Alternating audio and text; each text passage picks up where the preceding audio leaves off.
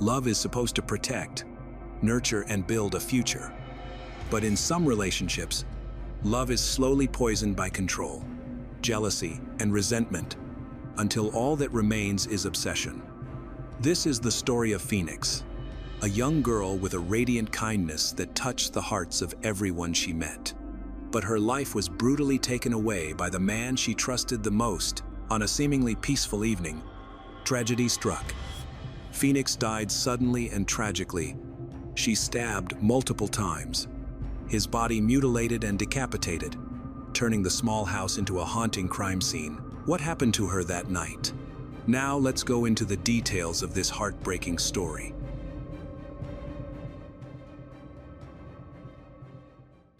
Phoenix Spencer Horn, affectionately known as Fee, was a 21-year-old whose name perfectly reflected her vibrant spirit. She had an extraordinary gift for helping others through their darkest moments and consistently found the strength to overcome life's challenges. Among those deeply touched by her kindness was Grace McCabe, a Miss Scotland 2024 finalist, who said she would never forget Phoenix's support. Phoenix was incredibly hardworking, juggling multiple jobs, including waitressing at the Strathaven Hotel and working at local coffee shops. Colleagues consistently described her as spirited and positive, someone who could brighten even the toughest shifts. At just 21, she stood at the threshold of what should have been a long, fulfilling life. Living with her in a flat on Glen Lee in East Kilbride was her boyfriend of 2 years, Ewan Methvin. Ewan, a 27-year-old Royal Mail postman, had first met Phoenix at a family party, and their relationship blossomed quickly. To Phoenix's family, Ewan seemed perfect, polite, respectful, and genuinely affectionate. Over the course of 2 years, he had been welcomed into the Spencer family with open arms, almost like an adopted son. They trusted him completely.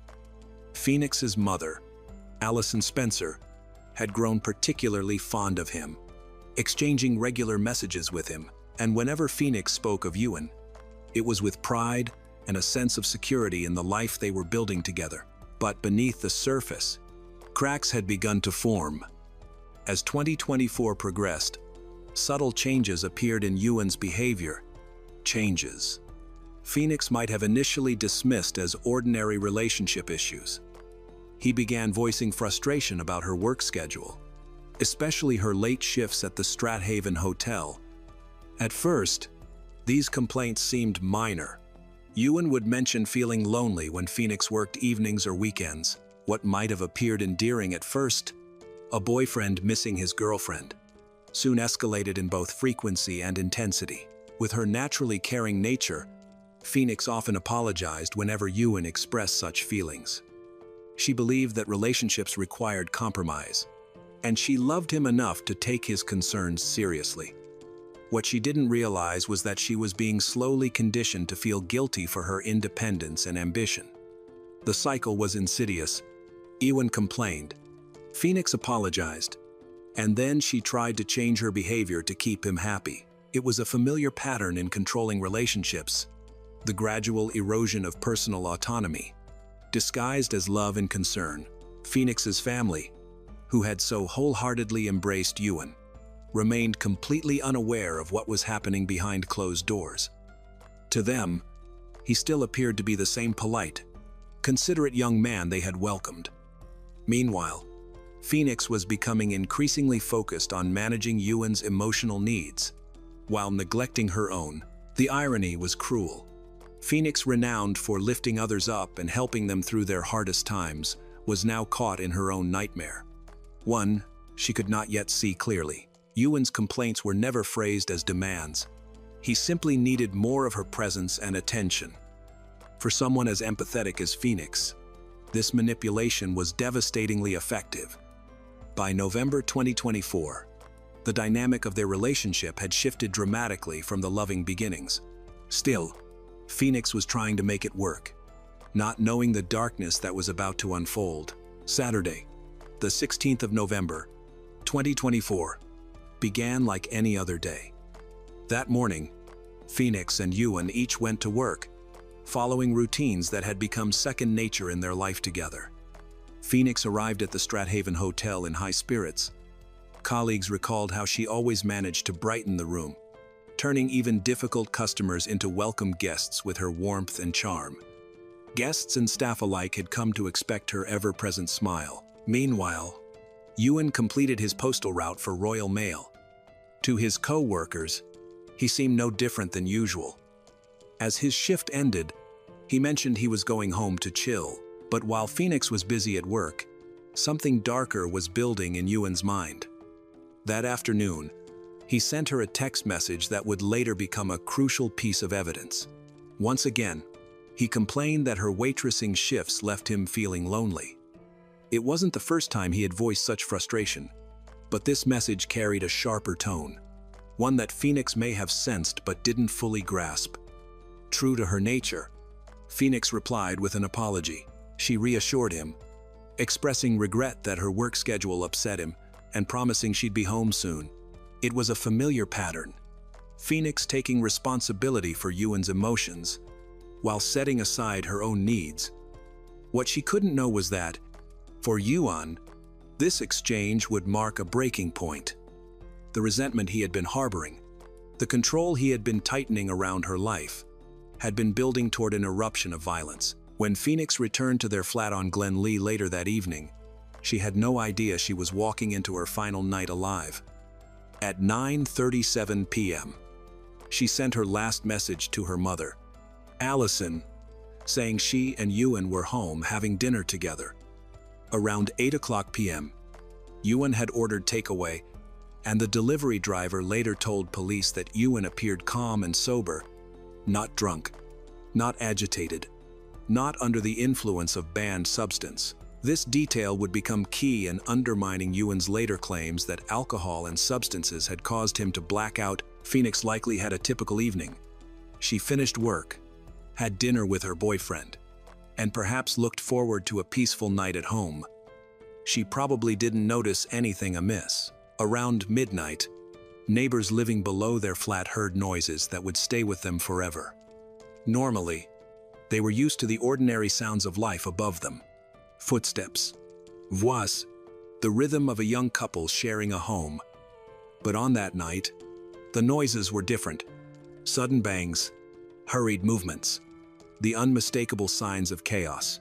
In reality, they were hearing Phoenix fighting desperately for her life. Ewan launched a savage attack, using not one but 3 different knives. He stabbed Phoenix 20 times, 10 of those wounds concentrated on her face.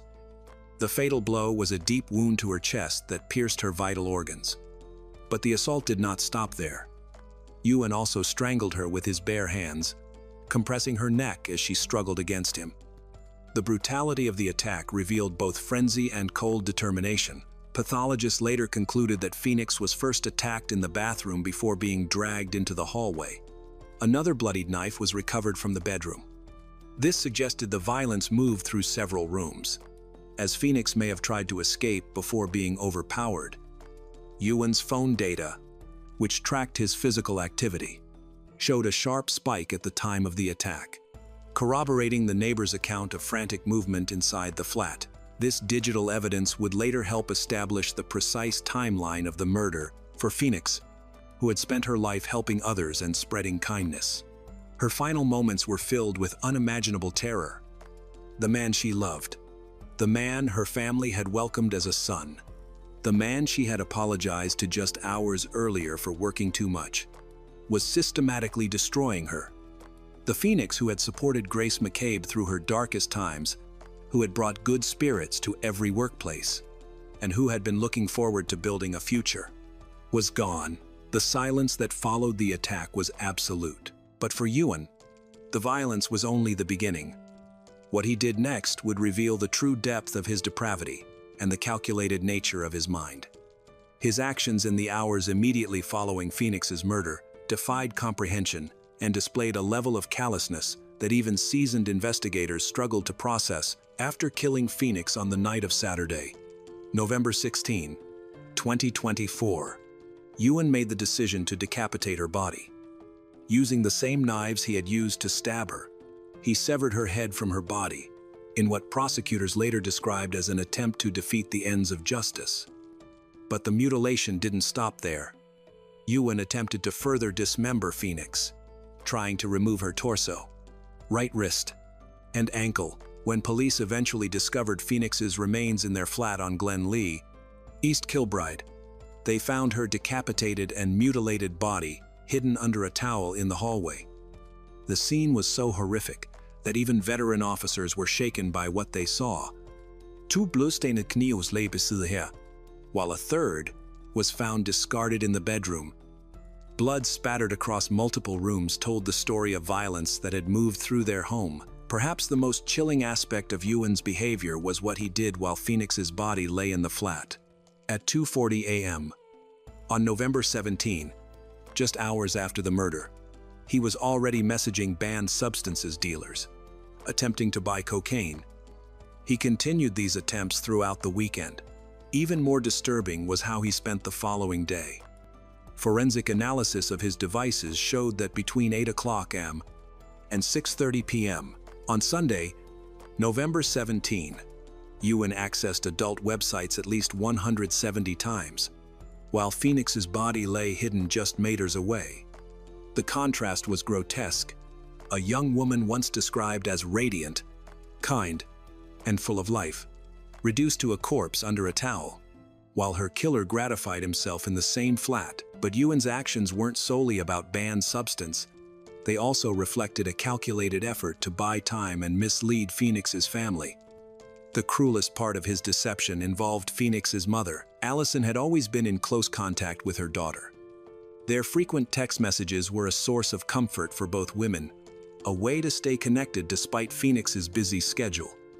When Allison texted Phoenix on the morning of November 17, using Phoenix's phone, Ewan began a calculated deception. He replied that Phoenix wasn't up yet and that he would get her to text Allison when she was. The casual tone, complete with the affectionate X that Phoenix often used, made it convincing. Later, Ewan sent another message from Phoenix's phone, saying that she was sorry, that she had just woken up, and included. The phrasing and multiple kisses mimicked Phoenix's usual texting style so well that Allison had no reason to doubt it was really her daughter. Meanwhile, Ewan spent the weekend driving around East Kilbride in Phoenix's red Vauxhall Corsa, scrolling through her phone and continuing his attempts to purchase cocaine, while Phoenix's mutilated body remained hidden under a towel in the hallway of their flat. Ewan kept sending reassuring messages to Allison, maintaining the illusion that everything was normal.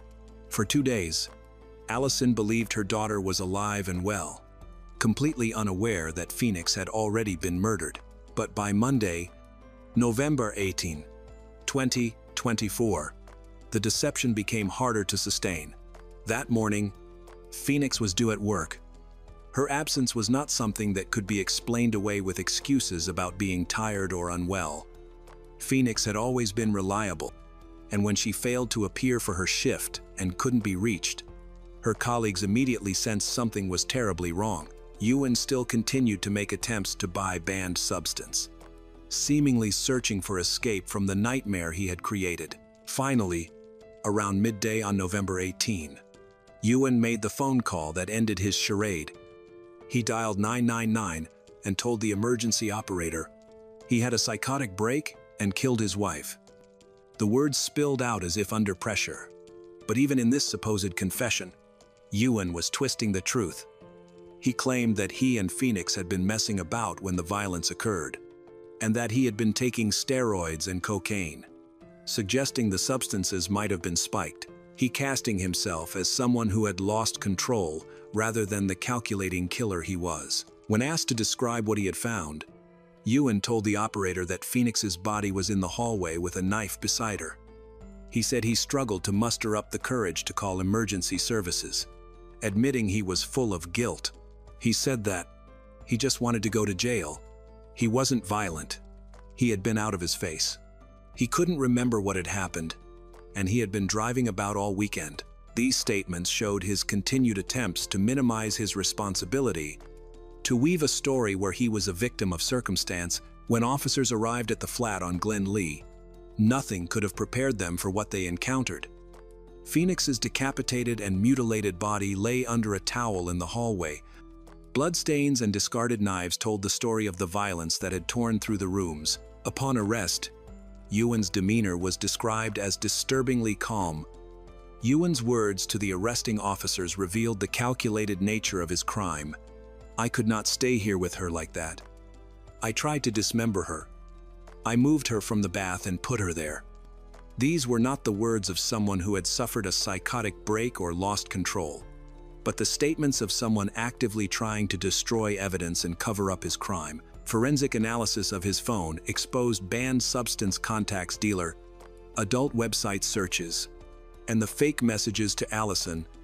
His activity tracker confirmed movement at midnight on November 16, suitable for noise heard by neighbors.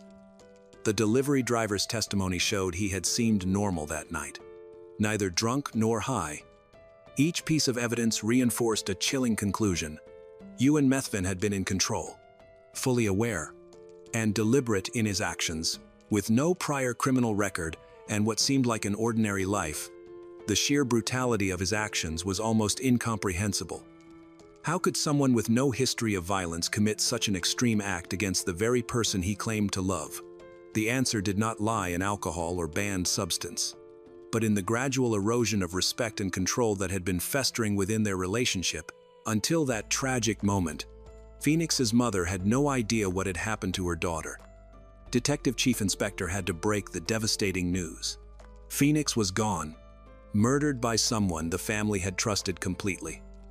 Allison's world collapsed when she realized the cheerful weekend text messages she thought were from her daughter had, in fact, been sent by Phoenix's killer. In court, Ewan expressed remorse in a letter, but the judge observed that the letter failed to address the haunting questions still plaguing the family. On July 14, 2025, Judge Lord Matthews sentenced Ewan Methvin to life imprisonment with a minimum term of 23 years. But Phoenix's story doesn't end with her killer's conviction. Her family channeled their grief into action, donating thousands of pounds, raised through a community fundraiser, to women's aid services across Scotland. Women's Aid Glasgow responded. Her name, Phoenix, now stands for more than loss. It stands for action, for change, for refusing to let her story end in silence. This is what it means to rise from the ashes. Phoenix was only 21 years old when her life was stolen by someone she trusted. Ewan Methvin could be eligible for parole when he is just 50. But for Phoenix's loved ones, the sentence will never truly end.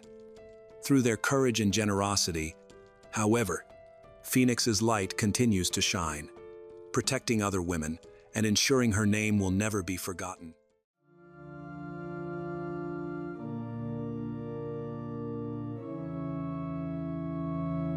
On a late October night in 2022, in a small warehouse in Minnesota, a mysterious disappearance shook the whole town. Bryce Timothy Broggle, a young man who had just returned from a trip across the United States with his girlfriend, suddenly disappeared while traveling with his future father-in-law. A few days later, the police followed the clues and discovered a series of creepy details. Bloodstains, signs of dragging heavy objects, a bottle of bleach with DNA on it. And finally, Bryce's body was found deep in the woods, with a bullet wound right behind his head. What really happened in that warehouse? Let's explore the whole story right now.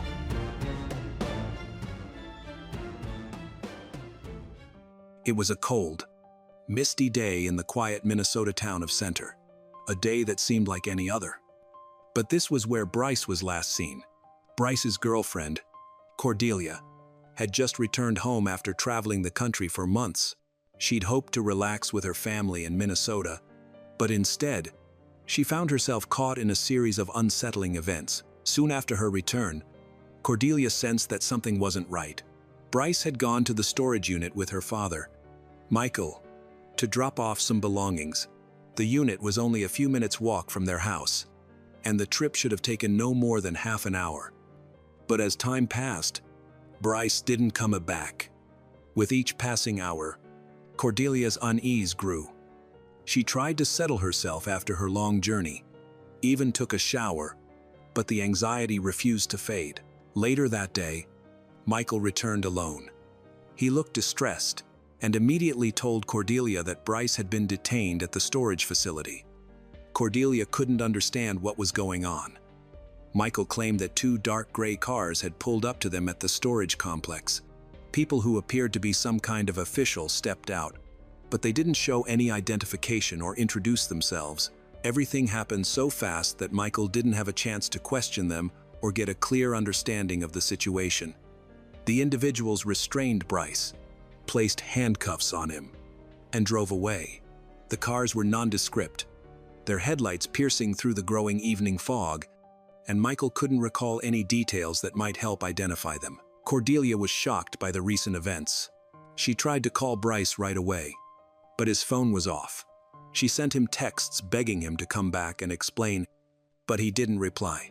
Cordelia became increasingly worried as time passed. Finally, on Friday, the 28th of October, after several days of no news, she went to the Crow Wing County Sheriff's Office and reported Bryce missing. She had no additional information for the police besides Michael's confusing story. The police quickly launched an investigation. Detectives examined all the messages Cordelia had sent Bryce on the night he went missing. It was clear from the texts that she was panicking, her growing distress evident with every passing hour. What had started as a routine, missing persons case began morphing into something far darker and more complicated. Meanwhile, Michael knew the police would question him first after Cordelia reported Bryce's disappearance. So he tried to prepare. On Friday, the 28th of October, the police found Michael at a family Halloween party in Brainerd. He agreed to go with them to the storage facility and explain in detail what happened the day Bryce disappeared. There, they discovered drag marks, suggesting heavy objects had been moved, and other disturbing evidence that increased their fear about the case. As the investigation progressed, the details surrounding Bryce's disappearance became increasingly unsettling and mysterious. Filled with fear and uncertainty, after police questioned Michael, his conflicting statements raised more questions. Cordelia, who initially trusted her father, struggled to understand the increasingly strange and confusing situation. Michael recounted the events, striving to leave no detail out. He explained that he and Bryce had arrived at the storage unit in a white Ford Escape with a trailer to sort through some belongings after the lengthy road trip Bryce and Cordelia had recently taken. The task took about 45 minutes, with Bryce sorting his things to decide what to keep and what to discard. On the way to the storage, they had spoken very little. Michael asked Bryce about his and Cordelia's trip. Bryce had simply replied that the drive was fine. Both men had been quiet and distant, seemingly uninterested in making conversation. At about 5:45 p.m., as they were getting ready to leave, two dark gray cars suddenly blocked their path as they were pulling out of the storage unit. Michael noticed that the cars had flashing lights, but they weren't the usual lights found on police patrol cars. Instead, they looked like the type used on unmarked police vehicles. This seemed strange to Michael, making him question whether the people in the cars were actually law enforcement. Michael said that he and Bryce were briefly stopped by people he couldn't identify. Michael was taken back to his white Ford Escape. Bryce was put into a dark gray SUV.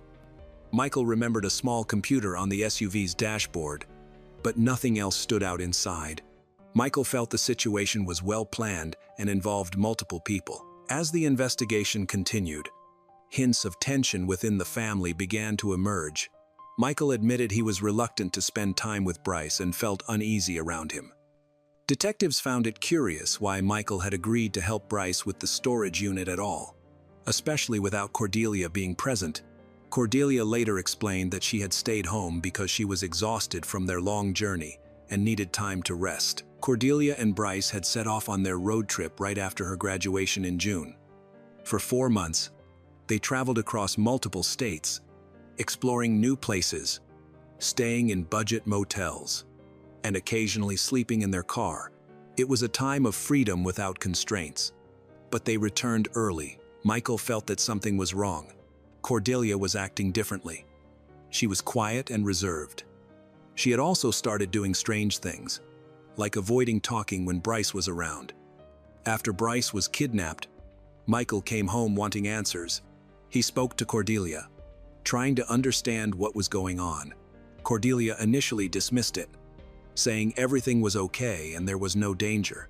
However, Michael felt she wasn't being truthful and was hiding something. Last March, Bryce came to stay with Cordelia's family.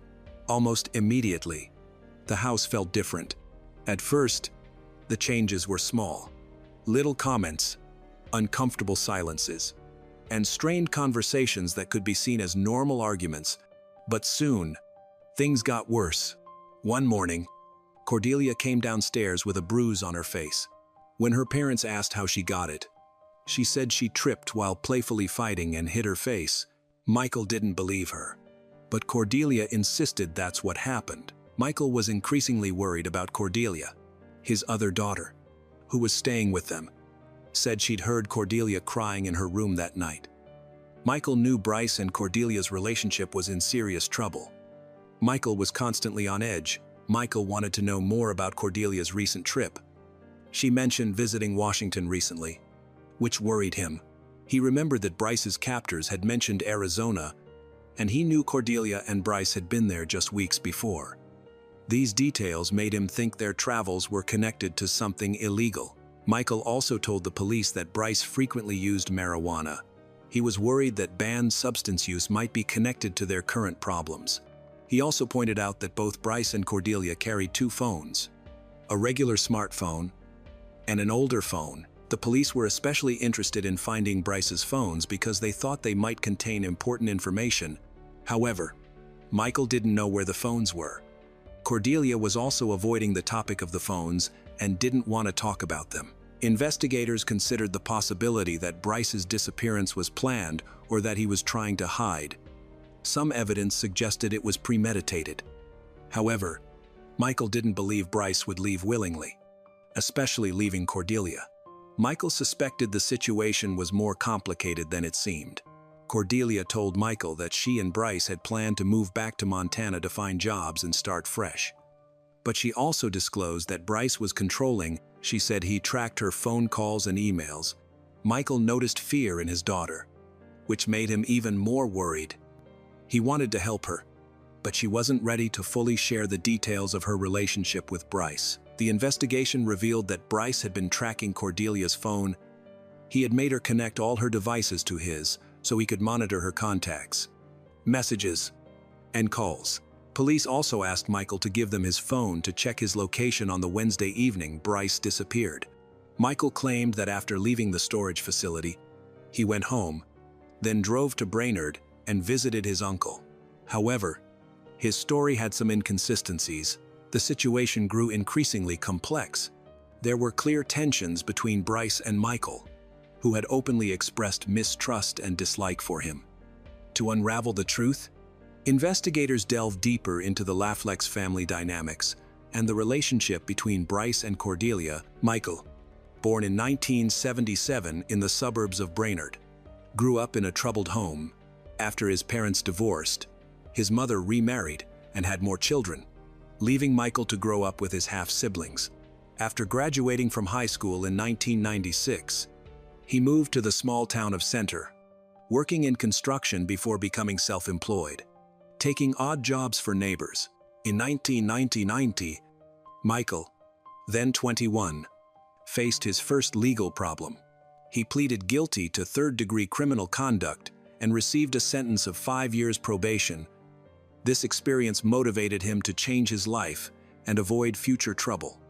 However, in 2018, he was convicted of fourth-degree misconduct. This conviction involved an adult with a diagnosed mental incapacity who initially refused an intimate relationship with Michael, but ultimately agreed after he repeatedly pressured them. A devoted father, Michael has a tattoo of his daughter Cordelia on his arm that reads, "Daddy's Girl," a testament to his deep love for her. Cordelia's home life in Center, however, is fraught with tension.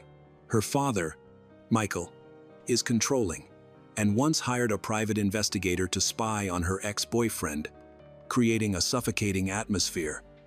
Cordelia's mother is battling Huntington's disease. Adding to the family's difficulties, Cordelia's transgender sister faces his own challenges. And while Cordelia is supportive, the pressure of her father's control leaves her feeling stifled and yearning for freedom. In February 2022, Cordelia meets Bryce, a dog-loving, adventurous companion, born in 1999 in Brainerd. Bryce, 23, dreams of building a yurt in Alaska and starting a self-sufficient farm. He yearns for a life of freedom, connected to nature. Cordelia and Bryce's encounter quickly blossoms into a friendship, bonded by their love of dogs and their desire to break free from constraints. Soon after Cordelia graduates from high school in June 2022, she and Bryce decide to take a cross-country road trip. The trip is not only an adventure but also a way for Cordelia to escape her parents' control and for Bryce to pursue his vision of an independent life in harmony with nature. This journey becomes a symbol of both of their desire for freedom and a way of life away from the modern world. Back to the investigation. When investigators circled to Michael about Bryce's phone, 10 minutes after his initial denial, he eventually admitted that he had taken it from the car and thrown it away in a trash bin at a gas station in Brainerd that same evening. He explained his actions by saying he was trying to protect his daughter. Michael confessed that he was terrified by the situation and worried that someone might track Bryce's phone and endanger Cordelia. Outside the storage complex, Michael spoke to the investigators, clearly distressed and feeling helpless. He said he'd been struggling to accept the situation his daughter was in. Michael openly shared his concerns about Bryce's behavior, admitting he felt deeply uneasy. He suspected Bryce was mistreating Cordelia, explaining that Bryce controlled nearly everything in Cordelia's life, making her feel humiliated and powerless. Michael said it was incredibly painful for him to witness this as her father. Michael told the investigators that he'd had thoughts of revenge, especially seeing how Bryce controlled Cordelia. However, he insisted he didn't want to do anything illegal and was trying his best to protect his family legally. During the investigation, Michael took 4 polygraph tests and said he passed all of them. He thought this proved he was innocent. However, the investigators told him that polygraph results are not allowed as evidence in Minnesota courts. Passing the tests didn't guarantee he was innocent, but it might make him seem more believable. Michael strongly emphasized these test results to try and convince the investigators he was telling the truth. During counseling, Michael frequently spoke about his wish to safeguard his family, including Cordelia and his younger daughter. He felt deeply responsible for their well-being and was committed to protecting them. Michael worried about going to jail because he wouldn't be able to provide for his daughters. He understood he needed to be cautious to prevent causing his family more pain. Michael saw bruises on Cordelia's face and confronted Bryce about it multiple times. He warned Bryce that further harm would lead to more than just verbal warnings. Although Michael was angry during these conversations, he told investigators he believed violence against Bryce wouldn't help. He felt Cordelia needed to realize the relationship was unhealthy and choose to leave. During his interviews with police, Michael frequently expressed mistrust of Bryce and often spoke about him in the past tense. He described Bryce as arrogant and prone to boasting about his supposed achievements. Michael believed that people like Bryce often struggled to handle real-life challenges and dismissed him as a fool who didn't understand the consequences of his actions. Investigators kept examining every part of the case, trying to sort through the conflicting information and find out what really happened. Interrogations were stressful, and each new piece of information made the already confusing story even harder to understand. Detectives worked to make sense of the scattered and conflicting details of the story. Michael's previous crimes seemed very different from what was suspected in Bryce's disappearance. On the 29th of October, police searched Michael's storage unit with a warrant. Inside, they found a bleach bottle on the floor. Testing showed the bottle had both Bryce's and Michael's DNA on it. Investigators also found traces of blood and drag marks, suggesting a heavy object was dragged using a sled. They found the sled, covered with a blanket, in a ditch near the storage unit. The sled had what looked like dried blood on it. Investigators also found crucial evidence in Michael's phone records. These records showed that on the 27th of October, the day after Bryce disappeared, Michael left his house at 4:45 a.m. He drove to his storage unit and stayed there for 22 minutes. Afterward, he went to public land near Edward Lake, remaining there for an hour. This activity led investigators to suspect a crime had occurred at the storage unit. On the 30th of October, police used location data from Michael's phone to find a secluded, wooded area near Edward Lake. The area was deep in the wilderness and not easily found by chance. The ground showed signs of recent digging. There were broken branches stuck in the soil and freshly scattered leaves that were different from the surrounding leaves. Someone had clearly tried to hide the area, but they did a poor job. An excavation team dug into the ground and discovered Bryce Brogel's body. He had been shot in the back of the head. After Bryce's body was found, Michael immediately became the main suspect, which the investigators expected. They also learned that on the 26th of October, Michael borrowed a gun from his half-sister, Jen, claiming he needed it for a rodent problem at work. Soon after Bryce and Cordelia returned to Minnesota, Michael took Bryce to a storage unit.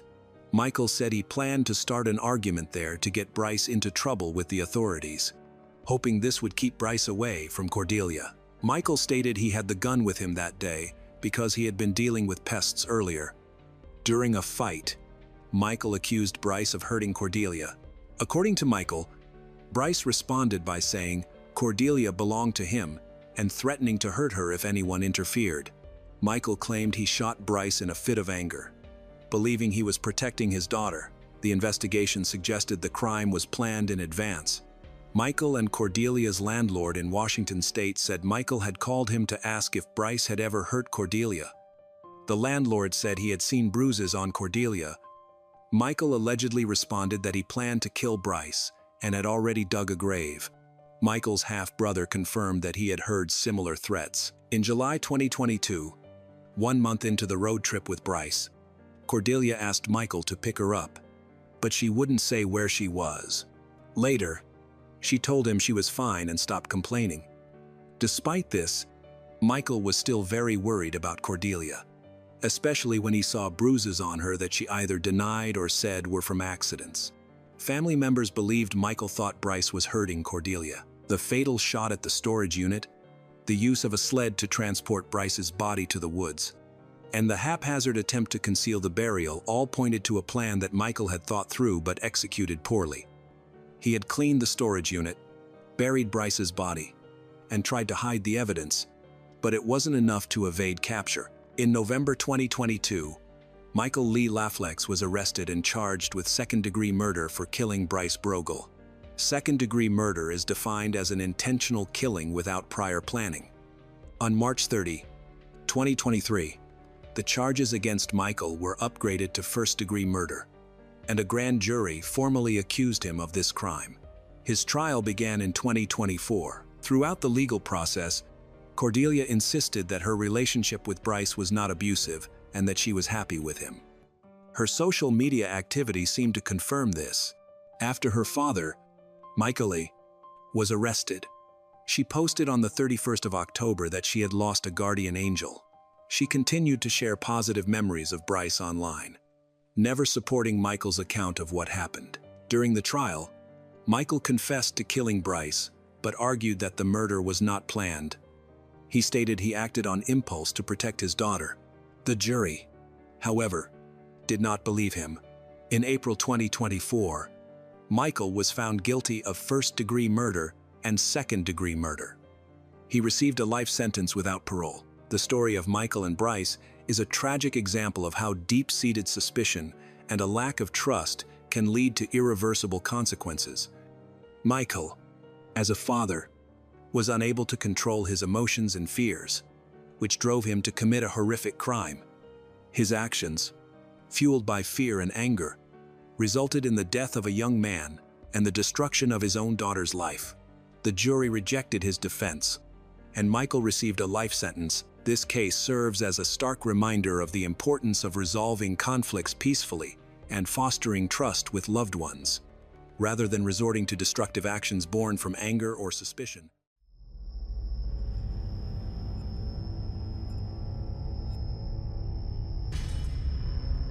On May 19, 2006, a woman's naked body surfaced in the middle of the Missouri River. She had been beaten beyond recognition, her bones broken in dozens of places, and her brutal death left even seasoned detectives stunned. It took police days to identify the victim as Tracy Tribble, a 35-year-old woman who had mysteriously disappeared from her home. Her husband, Stanley, insists she simply walked out after another argument. But to those who knew Tracy, the story doesn't add up.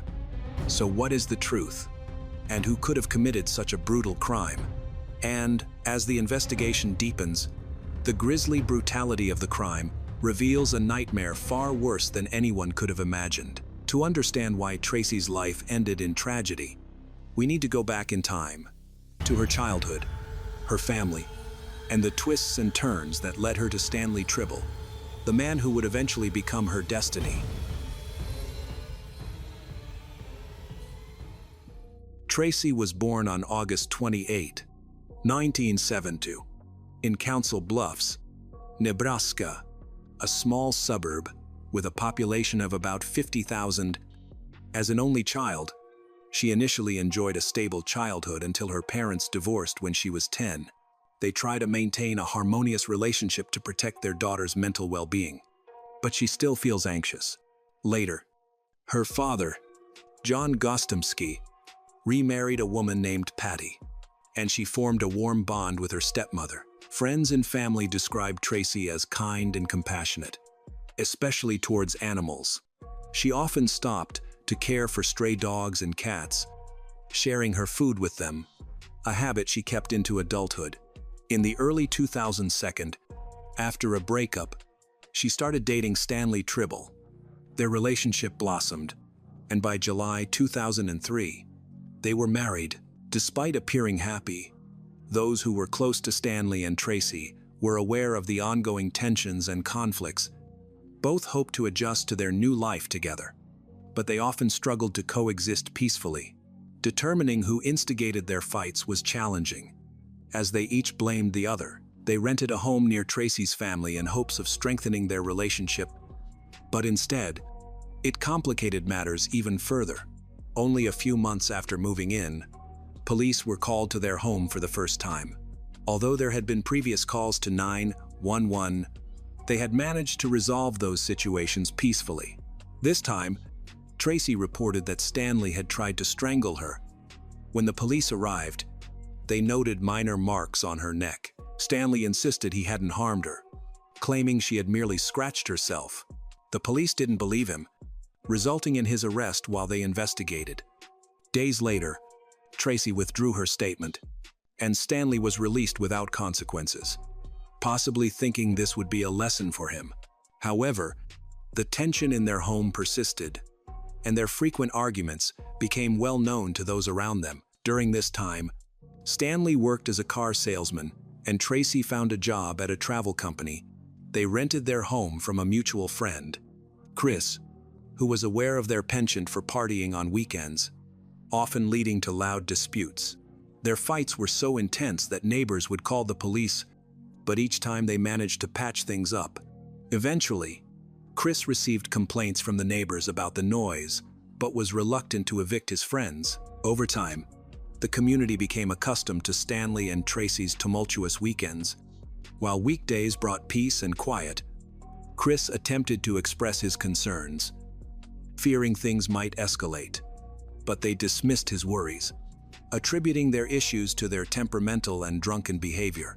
When sober, they appeared to be just an ordinary married couple. On May 1, 2006, Stanley and Tracy marked another wedding anniversary, and as usual, they ended up drinking, which led to a heated argument. The shouting became so loud that their neighbors called Chris to intervene. Calling the police proved to be ineffective. After that brief incident, Stanley never physically hurt Tracy again, and any future altercations resulted in police visits where they simply mediated without addressing the underlying issues. Sometimes, as soon as the police left, Stanley and Tracy would resume their arguments, which prompted them to involve their landlord. When Chris arrived, he found Tracy and Stanley in the middle of another fight. He witnessed Tracy throw her phone at Stanley, hitting him in the face. This made Stanley extremely angry. causing Tracy to retreat to another room for safety. In an effort to calm the situation, Tracy called her husband's sister, who had a good relationship with both of them. The sister came over late that night and managed to talk to Stanley, who had calmed down somewhat by then. Afterward, she also spoke with Tracy, and they agreed that Tracy would stay at her sister's house that night, since she felt unsafe being alone with Stanley. The next day, Tracy returned home with her sister, who immediately sensed tension between the couple, evidenced by their silence. Tracy shared the details of the previous night's argument with friends, who advised her to avoid staying in the house with Stanley due to concerns about his aggressive behavior, possibly escalating. During her conversations with her friend Melissa, Tracy decided to visit Melissa on May 3, 2006, to discuss her situation, including the possibility of divorce, while also planning to do their makeup and nails together. They set a time to meet, but on the day of the visit, Tracy did not show up. Melissa attempted to call and text her several times, but received no response. Melissa hoped she would hear from her, but her phone remained silent all day. Around 6:00 p.m., Stanley returned home from work and called his sister to tell her that Tracy was missing. He explained that they had argued the previous day and that he had chosen to go to bed instead of continuing the fight. However, Tracy was still upset and yelled at him, making it hard for him to sleep. It wasn't until after midnight that she finally quieted down. The next morning, when Stanley awoke to prepare for work, he noticed that Tracy was still at home, as they usually didn't communicate during their conflicts. He got ready and left for work around 7:00 a.m. Tracy also has to go to work. But a little later, when Stanley returned home around 6:00 p.m., he expected to talk with Tracy, but she was still not there. Normally, she would arrive home earlier to greet him, leading him to assume she might have spent the night at a friend's house. Nonetheless, her car remained parked in the garage, and she seldom walked or used taxis. Moreover, her purse, containing her house key and valuables, was left behind. Stanley was concerned that Tracy couldn't have gone far because she always carried everything. He assumed she was walking the dog, since their dog was not home either. However, it was unusual for a dog to be walked at this time of day, since neither the dog nor the cat were present.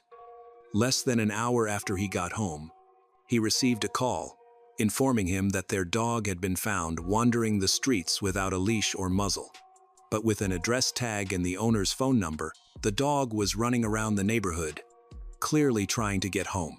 This seemed odd, as Tracy would never walk a dog without a leash. Her love for animals meant she would never abandon the dog.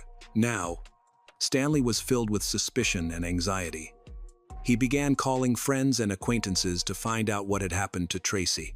But no one had any information. Only Melissa, who was supposed to meet with Tracy for a chat and a manicure, mentioned that they had plans.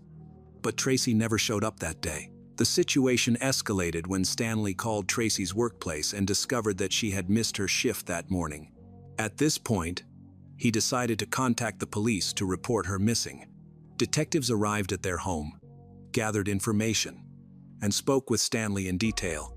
He revealed that he and Tracy had a serious argument in the days leading up to her disappearance, which had caused strain in their relationship. According to Stanley, about a year before the incident, in 2005, when they moved in, Tracy appeared to be very disillusioned with life.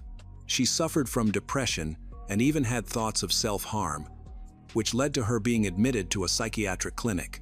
After some time, she was released because the doctors deemed her better. Although things seemed to return to normal, her dissatisfaction persisted. After her discharge, the couple argued more frequently. In the months leading up to her disappearance, she began drinking heavily, which strained their relationship even further. Whenever she drank, it led to conflicts. Stanley claimed he had overcome his own addiction and expressed concerns that Tracy might harm herself. He noted that she had run away and let their pets out onto the street. When the police arrived, they observed that Stanley spoke about these events in a detached manner, as if he was unconcerned about his wife's well-being. However, His friends later suggested that he acted this way because he was exhausted from the constant disputes and might have felt relieved to be free from the pressure she exerted. It was known that this was not the first time Tracy had left home. She had done so before after their move. Typically, she would leave without her car or most of her belongings and would be found quickly. The last time, it took several days for her to be persuaded to return. Unfortunately, their relationship was still troubled, and many suspected that a divorce was imminent. On May 4, 2006, detectives approached Stanley at his workplace, a busy car dealership. Discussing sensitive matters in such a crowded environment was challenging, so they asked if there was a private room available. Stanley informed them that he did not have an office as he was just an employee, but he guided them to a quieter area in the showroom where there were fewer people. He expressed a willingness to cooperate with the police, allowing them to search his car and inspect his personal belongings voluntarily. The officers noted that there were no signs of physical struggle, such as scratches or bruises, on his body. The case of Tracy's disappearance remained a mystery. The search for her is still ongoing. Based on the information gathered, the police eliminated Stanley as a suspect in the kidnapping. Due to lack of evidence linking him, the only thing raising suspicion was their troubled relationship.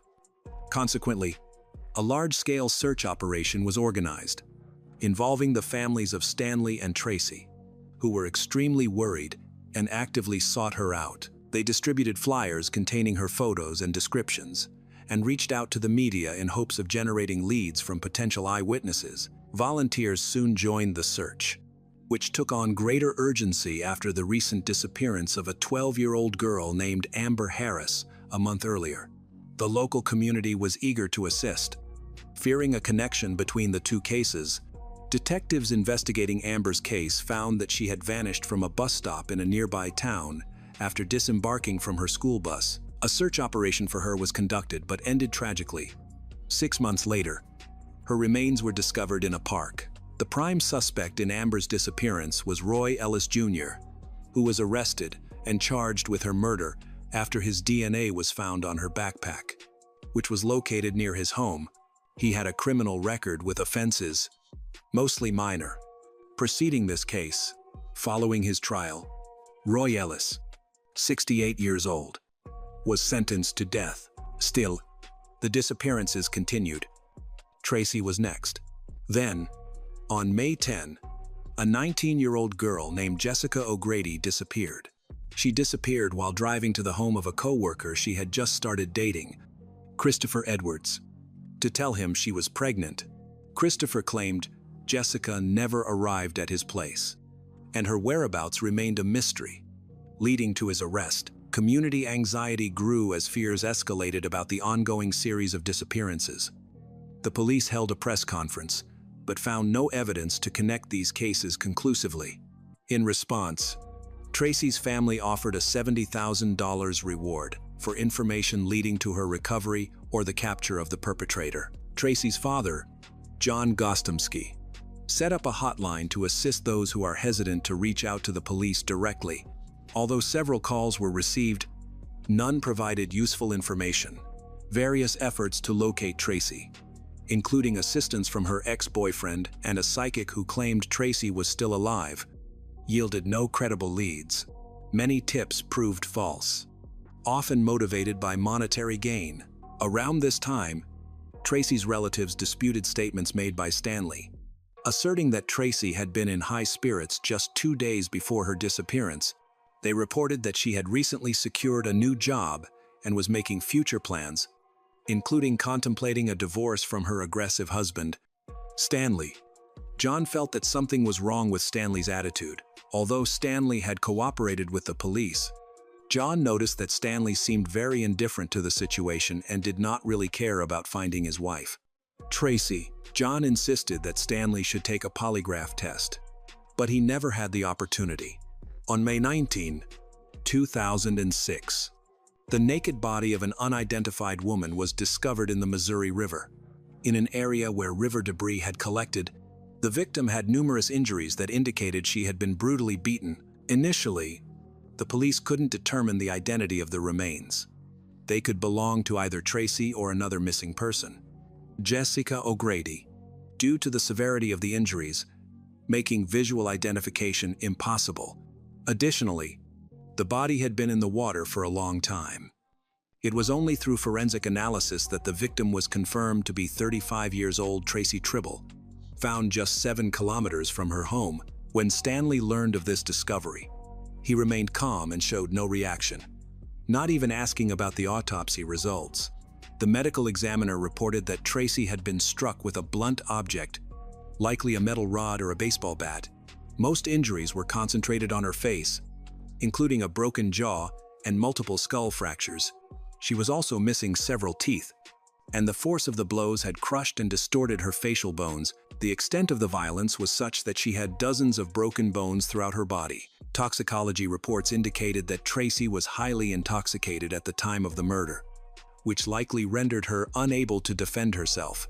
The medical examiner suggested that Tracy suffered multiple fractures leading to internal bleeding, though he speculated that strangulation could also have occurred. But this couldn't be confirmed due to advanced decomposition. It was clear that she had been severely beaten, and the nature of her injuries suggested extreme violence. Comparable to being hit by a truck or falling from a significant height, the brutality of the attack indicated a strong motive, leading detectives to believe that the assailant was someone close to Tracy, who harbored a deep resentment towards her. The absence of defensive wounds on Tracy suggested she was likely caught off guard, possibly due to intoxication.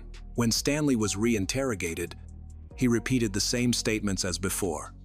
Consequently, he became the primary suspect, especially as their relationship had been troubled recently. No one could recall Tracy having enemies or people who wished her harm. The lack of defensive wounds on Stanley was attributed to Tracy's condition at the time. He maintained his innocence and stuck to his story. Throughout this ordeal, he remained calm and detached, contrasting sharply with Tracy's family, who were devastated and expected justice. Tracy's funeral was held on May 31, 2006, attended by many family, friends, and colleagues. Stanley's indifference during the funeral raised further suspicions as detectives continued their investigation. In August 2006, Stanley was arrested and charged with the first-degree murder of Tracy. While in jail, he became more talkative and recounted the events to several inmates. One of his cellmates reported that he admitted to attacking Tracy because of her constant screaming and nagging. He also revealed to another inmate that after he initially hit her on the head, he felt unable to stop and continued to strike her until he was exhausted. He mentioned that the violence began around 2:00 a.m., during which he heard her bones breaking, but felt no remorse, only a desire for her silence. After the ordeal, Stanley cleaned the crime scene and disposed of the body, then went to work as if nothing had happened. As the prisoners shared their accounts with the police, many details aligned with one another. Although he was offered a chance to confess, Stanley denied any wrongdoing, claiming his cellmates were simply trying to lessen their sentences by making false claims. Nevertheless, authorities believed they had sufficient evidence to proceed with a trial scheduled for several months later. During the trial, the inmates testified against Stanley, and the police found circumstantial evidence that supported their testimonies. However, a significant hurdle for the prosecution was the absence of concrete physical evidence linking Stanley to Tracy's murder. The prosecution primarily relied on a story Stanley had told friends about a fight, but he later changed his story when talking to police, claiming he never physically harmed Tracy. This inconsistency raised doubts about his credibility. Furthermore, Tracy's phone was last traced to their home, and her belongings were still there, indicating she had not left. According to the prosecutor, Tracy had contacted Stanley's sister around 10:45 p.m. on May 2, and it was during the subsequent hours that the crime occurred. Stanley's assertion of innocence was contradicted by several 911 calls made by Tracy. Stanley initially permitted the police to search his home and car before they had any warrants. However, when authorities secured a warrant on May 11 to search his home, he grew anxious and hired a lawyer who advised him to stop cooperating with law enforcement. Consequently, The police needed another warrant on May 22 to search his vehicles, which eventually led to the confiscation of one of them. The testimonies from his prison mates played a crucial role in convincing the jury of his guilt in the first-degree murder. As a result, Stanley Tribble was sentenced to life in prison without the possibility of parole. His defense attorney filed multiple appeals, including one for a retrial, but all were denied by the judge. Stanley Tribble is currently serving his sentence in Nebraska and is likely to remain there for the rest of his life, despite being only 35 years old at the time of the murder.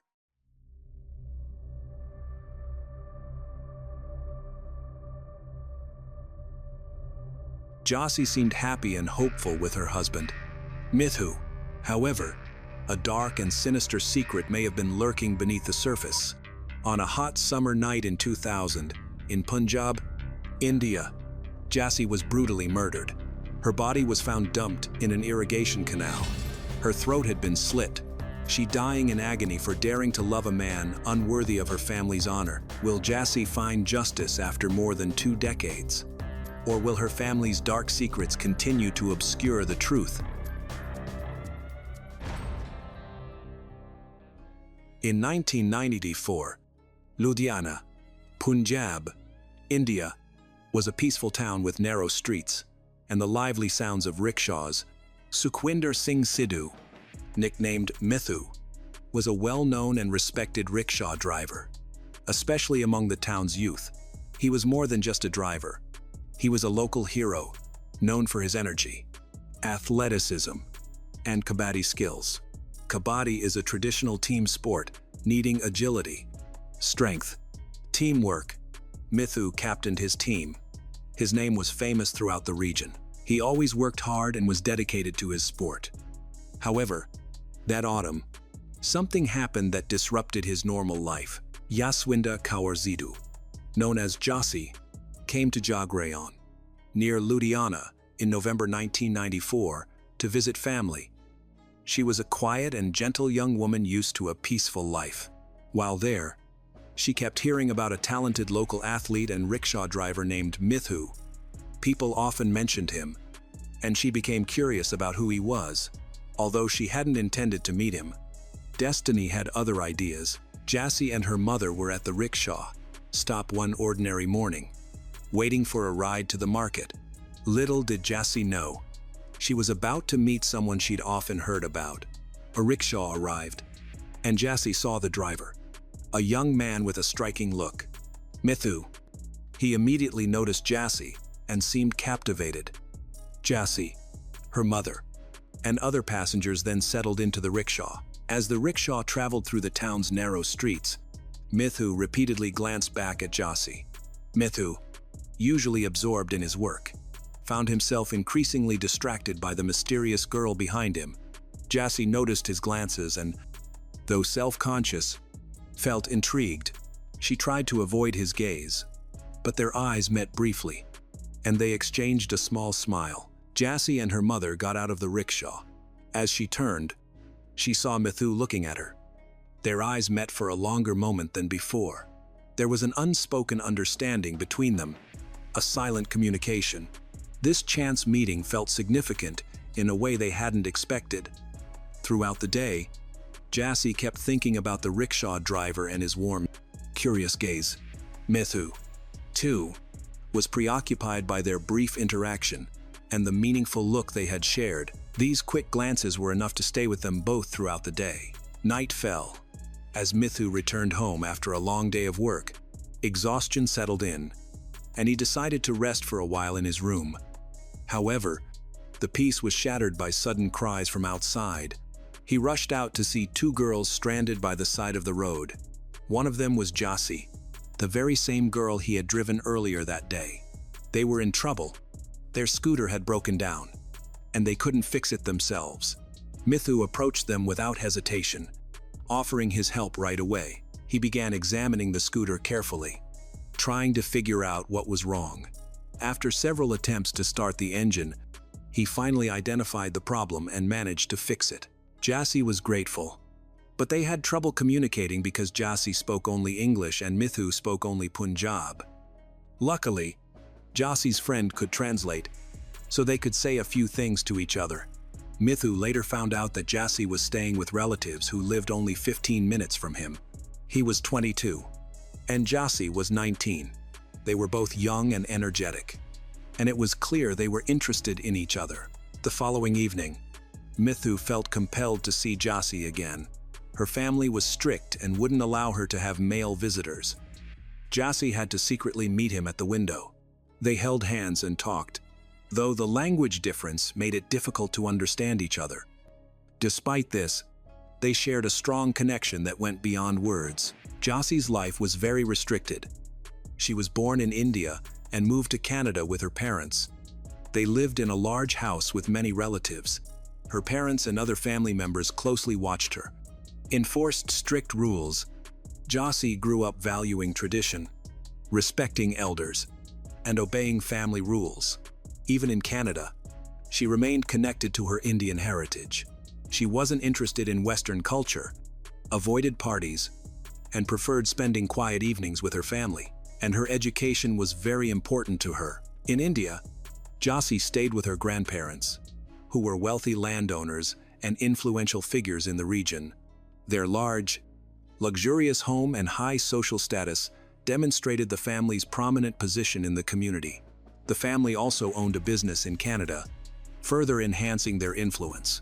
Jasse's uncle, Surjit Singh Badesha, made all family decisions because her father had schizophrenia and could not participate. Surjit was a strict, and the family respected his authority. Mithu, coming from a humble farming family, experienced a difficult childhood. After high school, he quickly began working to help his family. Known for his hard work and honesty, Mithu gained the respect of his community. Despite the low income from driving a rickshaw, he valued his independence and dedicated himself to supporting his family. Mithu felt uneasy upon learning that Jasse came from a rich and powerful family.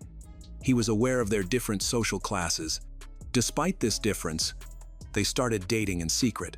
They kept their relationship hidden from Jasse's family, who would disapprove of her being with a poor rickshaw driver.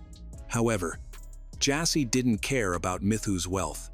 She loved him for his kindness and honesty. As Jasse's departure date for Canada neared, she became increasingly sad about leaving Mithu.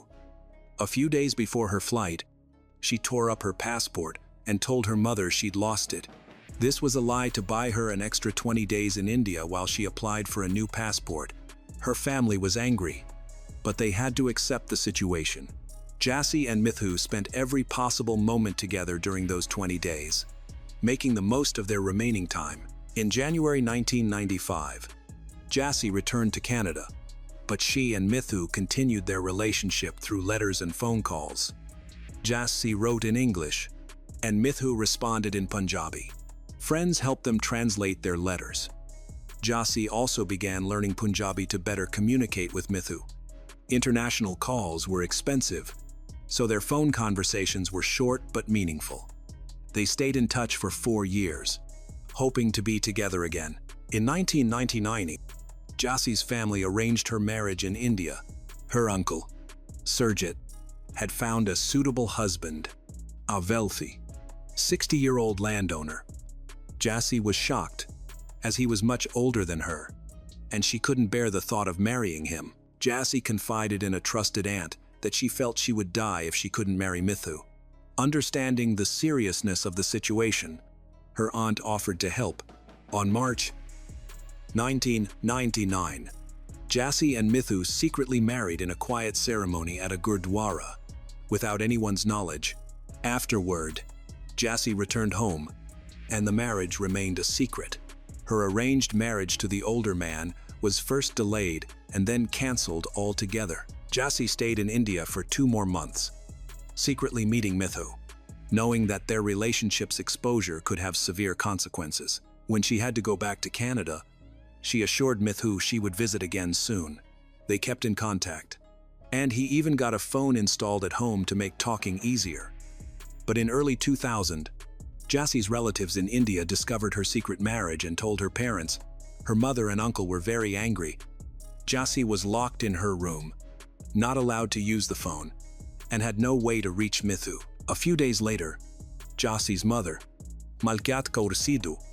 Change tactics. She told Jasse that the family now accepted her relationship with Mithu. She promised to help plan a lavish wedding in India and assist Mithu in moving to Canada. Jasse was overjoyed and believed her mother. Then, a few days later, her mother asked her to sign a stack of documents, claiming they were needed for Mithu's visa. Jasse quickly signed everything, even several blank pages. Without carefully reading them, Jasse was unaware that her relatives would later use the blank sheets of paper to create a false statement. The statement said that Jasse was kidnapped by Mithu and forced into marriage. This false statement was submitted to the police in Punjab, leading to Mithu's arrest. He was charged with kidnapping, forced marriage, and illegal possession of a weapon. He was imprisoned for several months while awaiting trial, and his family suffered greatly due to these false accusations. Back in Canada, Jasse kept writing to her husband, Mithu, but he never replied. She also couldn't reach him by phone. Jasse soon understood that something was seriously wrong. She eventually discovered through friends that Mithu had been arrested. Jasse immediately suspected her relatives, recalling how her mother and uncle had deceived her into signing documents. She realized it was all a planned scheme. The situation was even worse than she thought. The false charges didn't just affect Mithu. 2 of his relatives and 2 friends were also arrested as accomplices. These people had no connection to the marriage but were detained to put pressure on Mithu and his family. Jasse refused to give up. She managed to get through to Mithu by phone, but the conversation was strained. Mithu was angry and deeply hurt. He blamed Jasse for signing the documents that had led to his arrest. Jasse tried to explain that she had been deceived, that her trust had been exploited by her mother and uncle, and that she herself was now effectively under house arrest, forbidden from contacting anyone. Jasse eventually escaped her family's control with the help of her father, who had schizophrenia, and her brother. With their support and the assistance of Canadian authorities, she left her family and returned to India. Once in Punjab, Jasse went to the local police and asked them to release Mithu and the others. She gave a statement saying they were innocent and that she had married Mithu willingly. After a long investigation, the police released Mithu and his family. Jasse chose to stay in India, assuring Mithu she wouldn't go back to Canada. Because they feared her family, they went into hiding. In June 2000, Mithu took Jasse to his uncle's house, believing she'd be safer there. On June 7th, they received a call from Canada. Mithu's uncle answered, and it was Jasse's mother, Malkiat. She asked to speak to Jasse. Cautiously, Jasse took the phone. Her mother gently says that she wants her to be happy and approves of her relationship with Mithu. Mithu suspected something wasn't right. Soon after the first call, the phone rang again. Malkiat asked to speak to Mithu, but this time her voice was angry and threats. Then Jasse's uncle, Surjit, got on the phone and threatened him too. Mithu hung up without saying anything, not wanting Jasse to worry, but he felt a growing sense of fear. He knew they would be in trouble. Jasse suggested going to the market to buy a dress for an upcoming celebration on the 12th of June. Mithu was hesitant, worried about their safety, and initially refused. However, seeing how excited she was, he agreed, thinking it would be a quick and uneventful outing. On June 5th, they headed to the market. Jasse picked out a dress, and Mithu paid for it. They then stopped at a cafe for coffee before starting their journey home. On their way back, trouble struck. Their scooter kept breaking down, forcing them to stop and seek help from a mechanic multiple times. It was already dark by the time they managed to get back on the road. Despite the delays, they tried to enjoy the moments they had together. Late that night, Mithu's parents received devastating news. Their son had been admitted to the hospital in critical condition. There was no word about Jasse's whereabouts. At the hospital, Mithu was unconscious. He woke up hours later. After doctors treated him, he spoke to the police. Mithu explained that on the way home, he saw 2 men on a scooter following them. He didn't tell Jasse because he didn't want to scare her. The men on the scooter eventually seemed to leave. and Mithu thought they were safe. However, as they got close to home, a car blocked their way. 6 men got out of the car and approached them. Mithu stopped the scooter, unsure of what was going on. The men then attacked them with wooden sticks. Mithu tried to defend himself and Jasse, but there were too many attackers. One of them hit Mithu in the head, and he passed out. The attackers, thinking he was dead, threw him into a ditch by the road. He didn't know what had happened to Jasse. Later, some workers found Mithu unconscious near the ditch. They immediately called for medical assistance, and he was quickly taken to the hospital. At the same time, the Punjab police began searching for Jasse. On June 9, the following day, Jasse's body was found close to where Mithu had been attacked. She had several severe wounds, including a deadly one to her neck. The police reached out to her relatives in Canada and sent them photos to identify her. However, neither Malkiat nor Surjit confirmed the identification. Later, Mithu, along with his parents and friends, positively identified her. Jasse's Canadian relatives did not attend the funeral or claim her body. This behavior made the police suspicious, and they started an investigation. During the search for suspects, officers detained Joginder Singh, a police inspector. During interrogation, Joginder revealed that the mastermind behind the attack was Surjit Singh Badesha, Jasse's uncle, who lived in Punjab. Joginder explained that after attacking Mithu, they assumed he was dead and left him in a ditch. They then forced Jasse into a car. She was unconscious, and they took her to a remote farmhouse. When Jasse regained consciousness, she demanded answers and asked about Mithu. She was told he was dead, which enraged her. Joginder then called Malkiat and handed the phone to Jasse. Her mother ordered her to return to Canada, but Jasse, furious and defiant, declared that she would tell everyone the truth. At that point, Surjit grabbed the phone and tried to calm the situation while Jasse was being held under the control. They discussed their next steps. The perpetrators pressured Jasse to make a false statement against Mithu and return to Canada, but she refused, which only escalated their aggression. Joginder called Malkiat again, informing her that Jasse would not comply. Malkiat then reportedly gave her consent for them to take care of her. Surjit agreed to increase the payment, offering an additional 3 lakh rupees, approximately $4,000. Following Joginder's confession, the police arrested 11 more people, including Darshan Singh Sidhu, Surjit Singh Badesha, and Malkiat Kaur Sidhu. Malkiat and Surjit became primary suspects. The case sparked legal proceedings in both India and Canada. The investigation revealed that Malkiat and Surjit had orchestrated the crime, directing Darshan and Joginder to handle Mithu.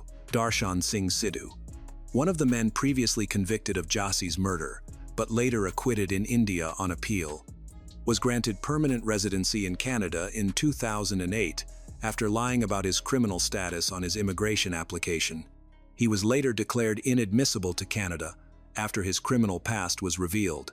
On May 9, 2014, after a hearing in the Supreme Court of British Columbia, Justice Gregory Finch ordered Surjit Badesha and Malkiat Sidhu to be handed over to Indian police for trial. This officially ended the debate over their extradition, which had stalled due to both sides arguing that there was insufficient evidence to warrant extradition. Finch justified his decision by presenting evidence that India had presented against Surjit, including 266 phone calls between Surjit and 4 men convicted of Jasse's murder. Justice Finch also reminded those present that the role of the Canadian court is to determine whether a jury can convict based on the evidence, not whether they should convict. On January 24, 2019, both were extradited and arrived in Delhi, India, to face charges. Since returning to India, Malkiat and Surjit have avoided all interaction with the media, refusing to give statements or discuss the case. Mithu, having lost the love of his life, has devoted himself to seeking justice. He has never remarried.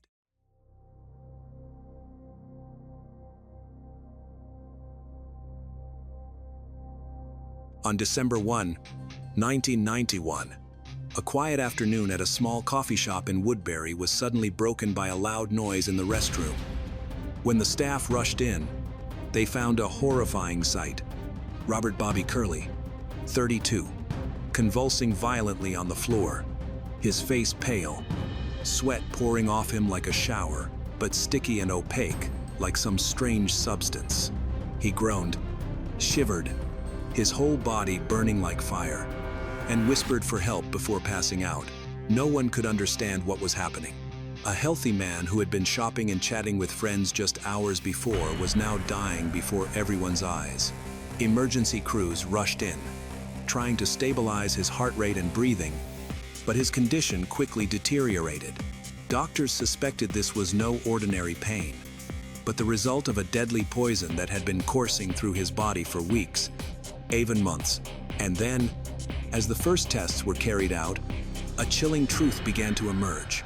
Robert may have been deliberately poisoned. Who was the killer? And why had a gentle, devoted family man like Robert become the target of such a terrible crime? To understand how his life ended in such horror, we must first look back to where it all began.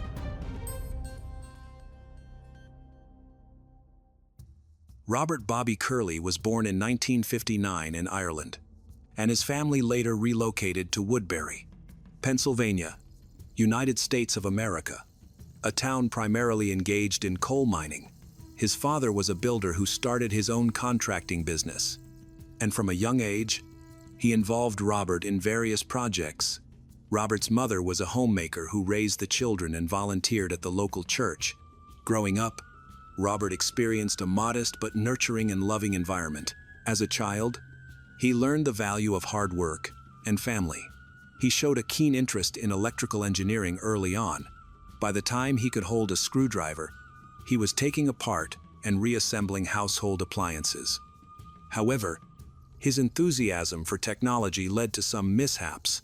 At 10, while trying to make a lamp from scrap materials, he nearly set the house on fire. This incident became a part of the family's stories, highlighting his early fascination with electronics. His parents were very proud of him. During his school years, Robert was actively involved in the school's theater group, focusing on lighting and equipment rather than acting. He excelled academically, particularly in the sciences. As a teenager, he started working part-time at a local electronics repair shop. After graduating high school in 1977, he enrolled in a technical college while continuing to work in various electrical engineering workshops, which allowed him to apply his theoretical knowledge. In the late 1980s, Robert's hard work led him to become a certified electrician. He secured a position at a large contracting company in Woodbury, where his attention to detail distinguished him from his peers. This dedication earned him the trust of management, and he was regularly assigned to challenging projects.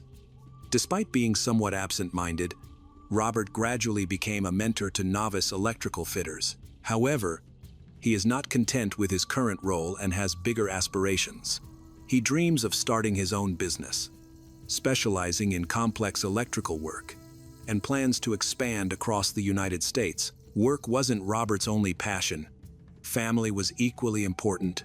He maintained a close bond with his family, especially with his younger sister, Angela, who became a schoolteacher. Her outgoing personality balanced Robert's more reserved nature perfectly. They upheld a cherished family tradition of Sunday dinners at their childhood home, a practice they continued until the end. In 1989, Robert met Joanne at a party with his colleagues. Joanne was an intelligent woman who worked in finance. They found they had a lot in common early on and quickly developed a bond. They complemented each other well. Joanne's organization skills balanced Robert's meticulous but sometimes absent-minded nature.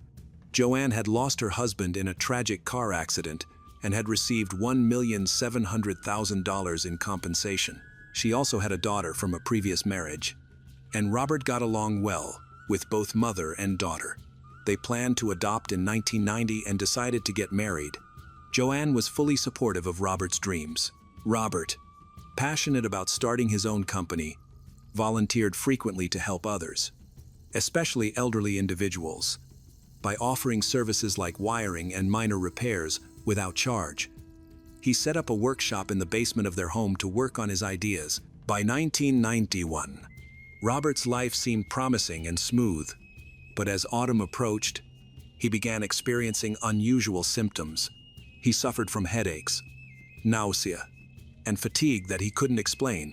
These symptoms came and went, and he initially dismissed them as stress or a minor illness, unaware of the serious health issues that were developing. On Sunday, December 1, 1991, Robert's day began normally with a light breakfast before he set out to run errands. However, he soon faced challenges due to stomach pains, which prevented him from completing his tasks. Despite the discomfort, he wasn't the type to postpone plans. After managing the initial pain, Robert got dressed and left by 8 a.m., hoping to finish his errands before meeting Joanne for lunch at a local cafe. While shopping at a grocery store that morning, a store clerk recognized Robert and noticed he seemed a bit more absent-minded and unwell than usual. Although she could see he was not himself, she did not intervene. Robert continued with his day. Around half an hour later, he went to a hardware store, where he bought home improvement supplies. There, he ran into his friend Kevin. Kevin observed that Robert appeared unusually pale. Robert shrugged it off, attributing his condition to a mild upset stomach and general fatigue that had been affecting him for several days. After a brief conversation, they parted ways, although Kevin couldn't shake the feeling that something was wrong with Robert, which was uncommon for him. At 9:30 a.m., Robert returned to his car to head downtown. He made a quick call to his younger sister, Angela, to mention that he wasn't feeling well. They discussed their upcoming plans for a visit, and Robert reassured her that his stomach issue would soon resolve. However, as the afternoon wore on, his wife, Joanne, waited for him at the restaurant, but he did not arrive. Knowing he had a busy schedule, she believed he would arrive soon. After nearly an hour without any word from Robert, Joanne began to worry. As this behavior was unusual for him, they had pagers and early mobile phones, so he would typically update her if he was running late. The hour-long delay felt increasingly suspicious, prompting Joanne to keep her communication device close by. Just after 2 p.m., the phone rang with an unfamiliar number. On the other end, an employee from a nearby cafe informed her that Robert had fainted in the restroom. He had been complaining of severe pain and had started experiencing convulsions, dizziness, and confusion. He had managed to ask the cafe owner to call Joanne before he collapsed in pain. Joanne quickly headed to the address provided by a cafe employee over the phone. While she was on her way there, the cafe owner had also called an ambulance. Joanne was unaware of her husband's condition. She simply wanted to be by his side. Upon arriving at the cafe, she found her husband still conscious. They provided him with first aid, moved him out of the restroom, and seated him at a table. Joanne noticed he was drenched, but the liquid on his skin didn't seem like regular sweat. It was sticky and cloudy, which was alarming. Nobody understood what was happening. Robert had a high fever. His skin felt cold, yet he complained of an intense burning sensation inside. A minute after Joanne arrived, emergency medical staff entered the cafe. They quickly noted Robert's rapid heartbeat, severe tremors, and confusion. They decided to rush him to the nearest hospital. On the way, they observed his condition rapidly declining. Despite intravenous fluids, his health continued to deteriorate over the next 12 hours. Despite the efforts of doctors, they suspected that he might have been poisoned by a toxic substance. So they spoke to Joanne, who had been by his side. She expressed that she had no knowledge of how this could have happened.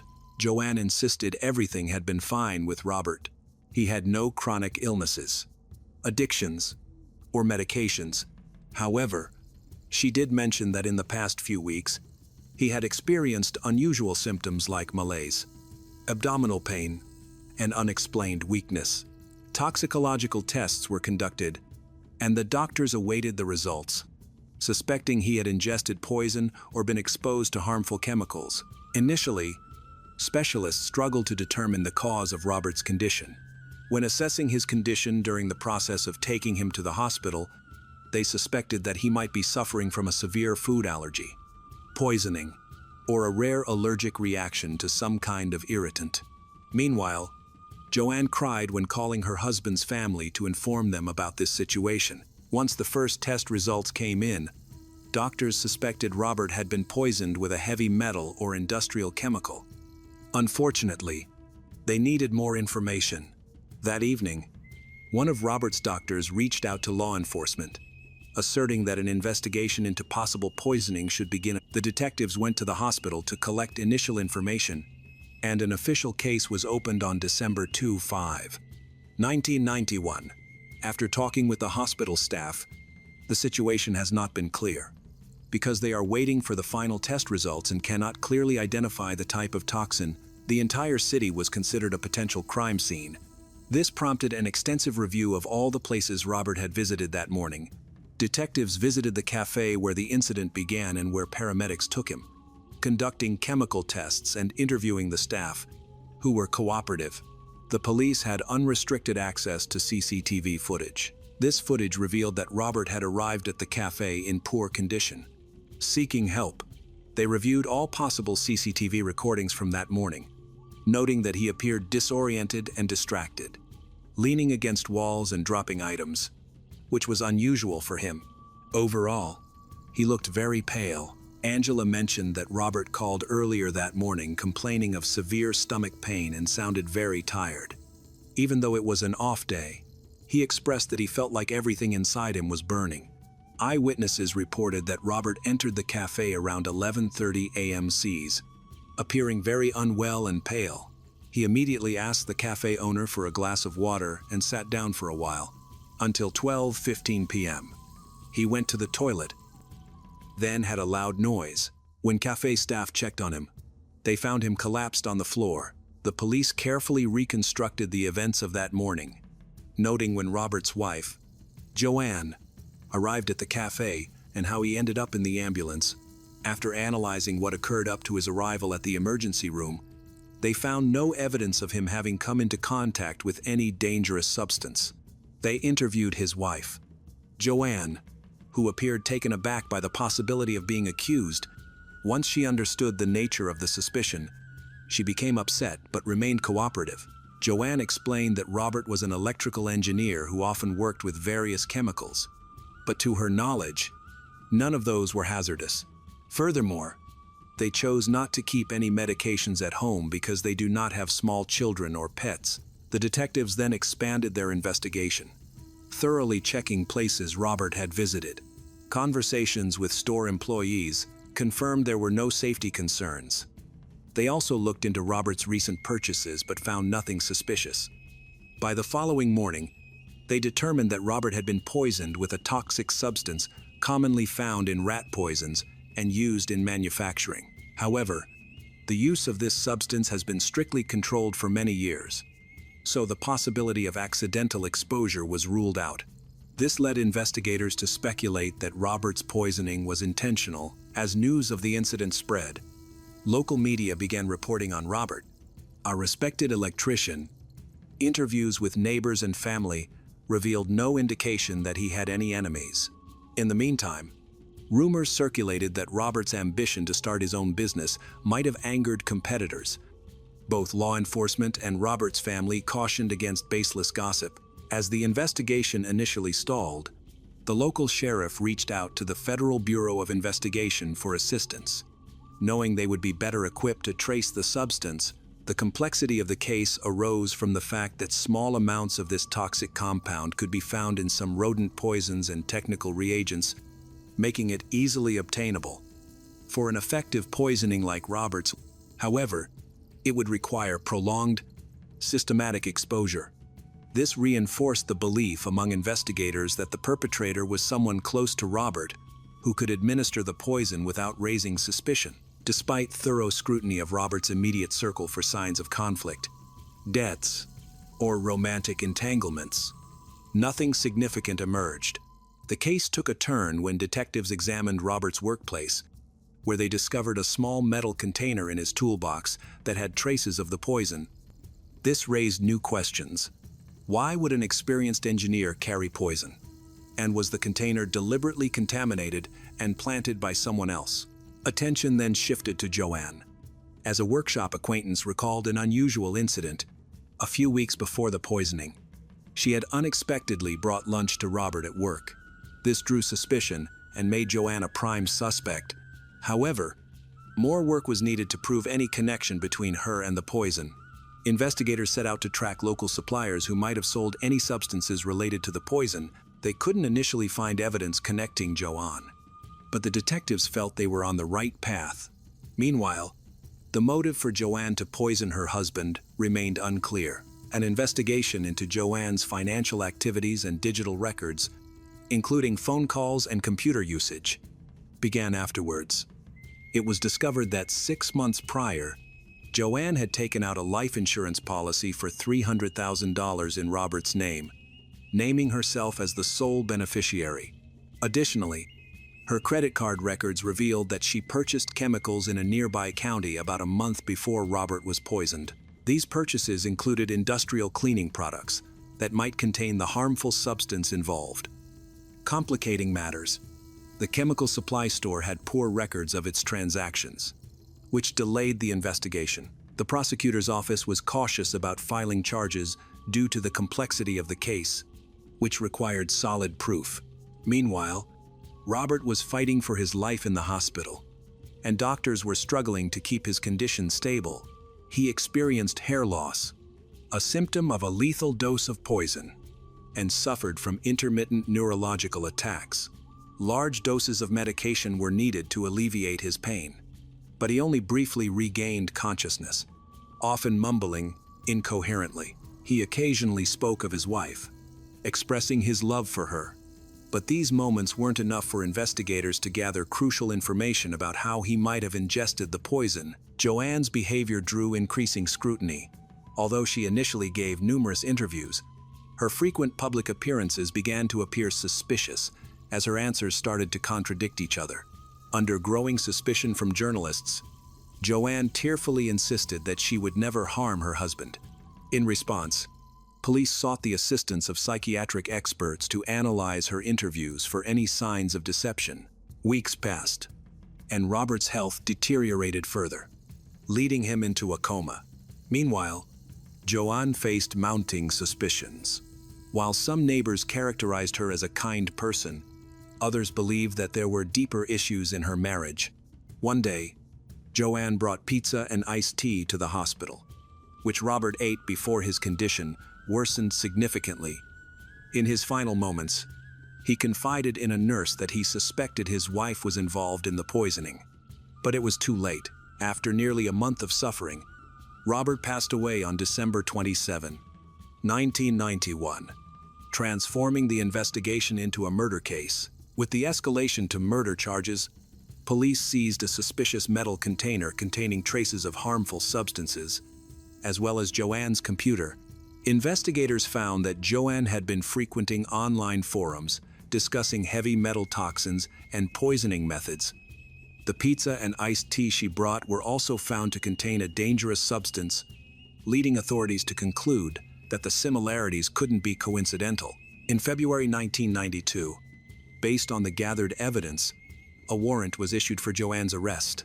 She was charged with first-degree murder and intentional poisoning of her husband, yet she remained surprisingly composed. The trial was set for the fall of that year, during which Joanne attempted to obscure her involvement by taking small amounts of poison herself and even administering it to her daughter, hoping to divert suspicion onto her husband's co-workers, who lacked any motive. As the trial commenced, the prosecution began by recounting the events of the day Robert was admitted to the hospital. The jury was presented with the container and various pieces of evidence, including Joanne's motives and her unusual interest in chemical reagents. Toxicology experts and an FBI agent contributed to the proceedings. The defense argued that Robert, an electrical engineering expert, might have come into contact with harmful substances. They claimed that Joanne's computer searches were motivated by her desire to help her husband deal with his mysterious illness. as she was seeking a cure.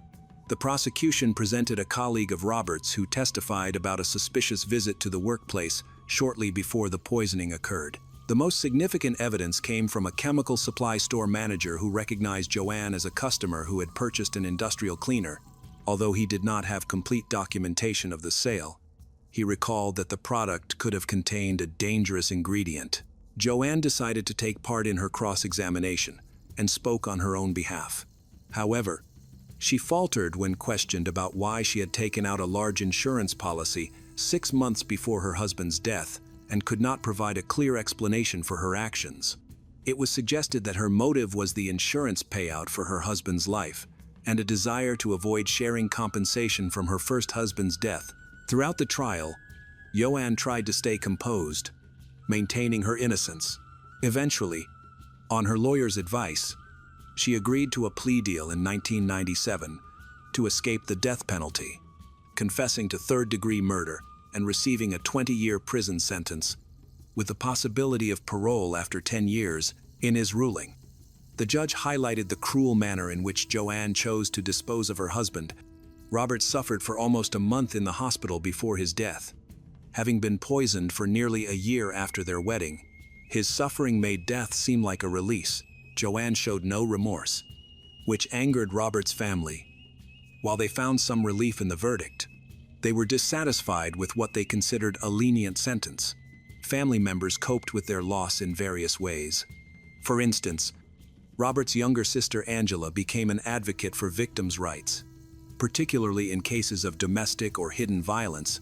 She worked with local organizations to raise awareness. The community rallied around Robert's family. The technical college Robert attended established a scholarship in his name to support a top electrical engineering student annually.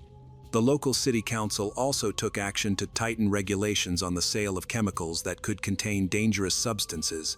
They focused on improving the tracking and reporting of individuals purchasing such chemicals. Joanne was denied early release several times due to her lack of remorse. In December 2016, Joanne was released from prison at the age of 53 after serving her full 20-year sentence. This sparked controversy and concern in the community, as residents feared that a cold-blooded poisoner would be living nearby.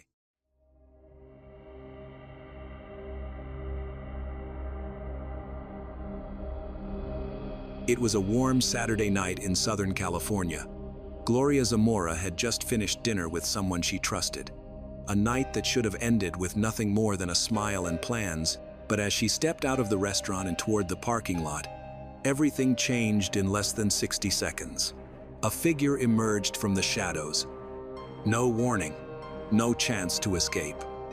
Just the deafening crack of gunfire cutting through the night, then silence. In that single, brutal moment, 3 lives were shattered forever. And when authorities revealed who the gunman was, shockwaves ripped through the community.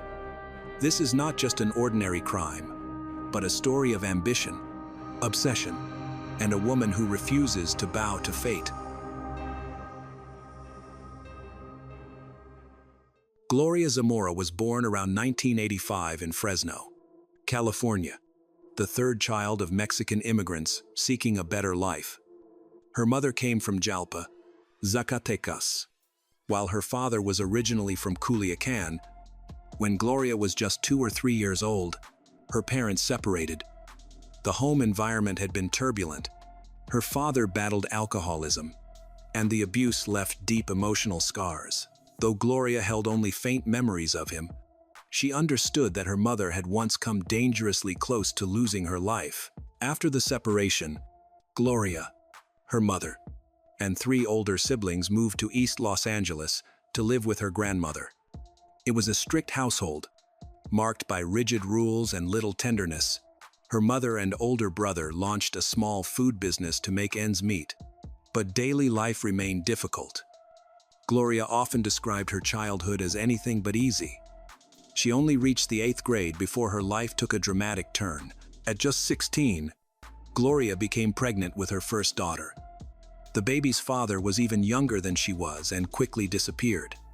Suddenly, she found herself a teenage mother, raising a child on her own. With the support of her family, Gloria relocated to San Bernardino County, where she began to rebuild her life.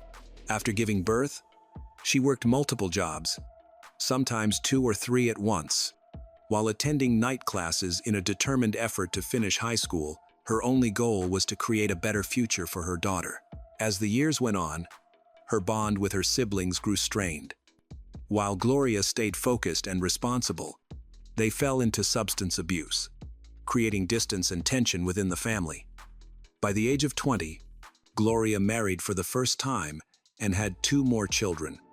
For a time, life felt stable, but cracks soon appeared. Infidelity destroyed the trust in her marriage. Afraid of raising 3 children alone, Gloria hesitated to leave. Then, life delivered another test. At 24, during a routine doctor's visit, she was diagnosed with thyroid cancer. The news was devastating. Balancing treatment, motherhood, and a crumbling marriage pushed Gloria to her limit. But it also gave her clarity. She made one of the hardest decisions of her life, to divorce and move forward on her own. Not long after, she met Thomas Alberto Tamayo Lizarraga. He was magnetic. Neighbor described him as charming, confident, and hard to ignore. Many women noticed him, but with Gloria, something different happened. Their connection was immediate. Over time, it deepened, and soon, they became a couple. For Gloria, it felt like the start of a new chapter, one filled with hope. After years of struggle, after marrying Thomas, Gloria's life settled into a new rhythm. Together, they built a blended family filled with energy and love, eventually welcoming 4 more children, including twins in 2017.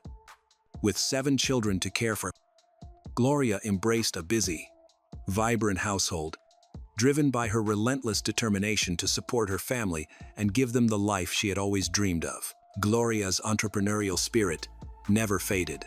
Around the time her twins were born, she came up with a new idea, one that merged passion with purpose, building a meaningful presence on social media. Fitness had always been central to her life. After her last pregnancy, facing new challenges with her body and identity, she made a bold choice. Instead of hiding, she would share her journey. Gloria began uploading videos to digital platforms, short routines, honest advice, and motivational messages aimed at mothers learning to love and care for their bodies again. At first, the response was minimal. Most views came from men, not the women she hoped to inspire. But Gloria stayed consistent. Day after day, she showed up, committed to building something authentic. Slowly, things began to shift. Her words started reaching the right people. Women who saw themselves in her story. Women searching for strength, hope, and understanding. Step by step, Gloria grew into a fitness influencer. Her videos gained traction, her following expanded frile, and eventually she amassed more than 165,000 followers. To her audience, she wasn't just a trainer, she was an inspiration. By early 2025, at the age of 40, Gloria began to dream bigger. Her digital success had opened doors, but she craved deeper connection and greater impact. That was when she met Hector Garduno. Like Gloria, he was deeply committed to health and wellness. A father of 4 daughters and a few years her senior, Hector was known for his integrity and dedication. Their bond formed quickly, rooted in mutual admiration, respect, and a shared vision that was both personal and professional.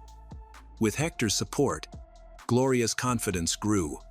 By says, she began teaching fitness classes at a local gym, where clients were drawn not only to her techniques, but to her story of resilience. Together, she and Hector dreamed of opening a gym of their own. In mid-2025, Gloria took another bold step. She joined a podcast centered on female empowerment, offering women a platform to speak openly about trauma, healing, and transformation.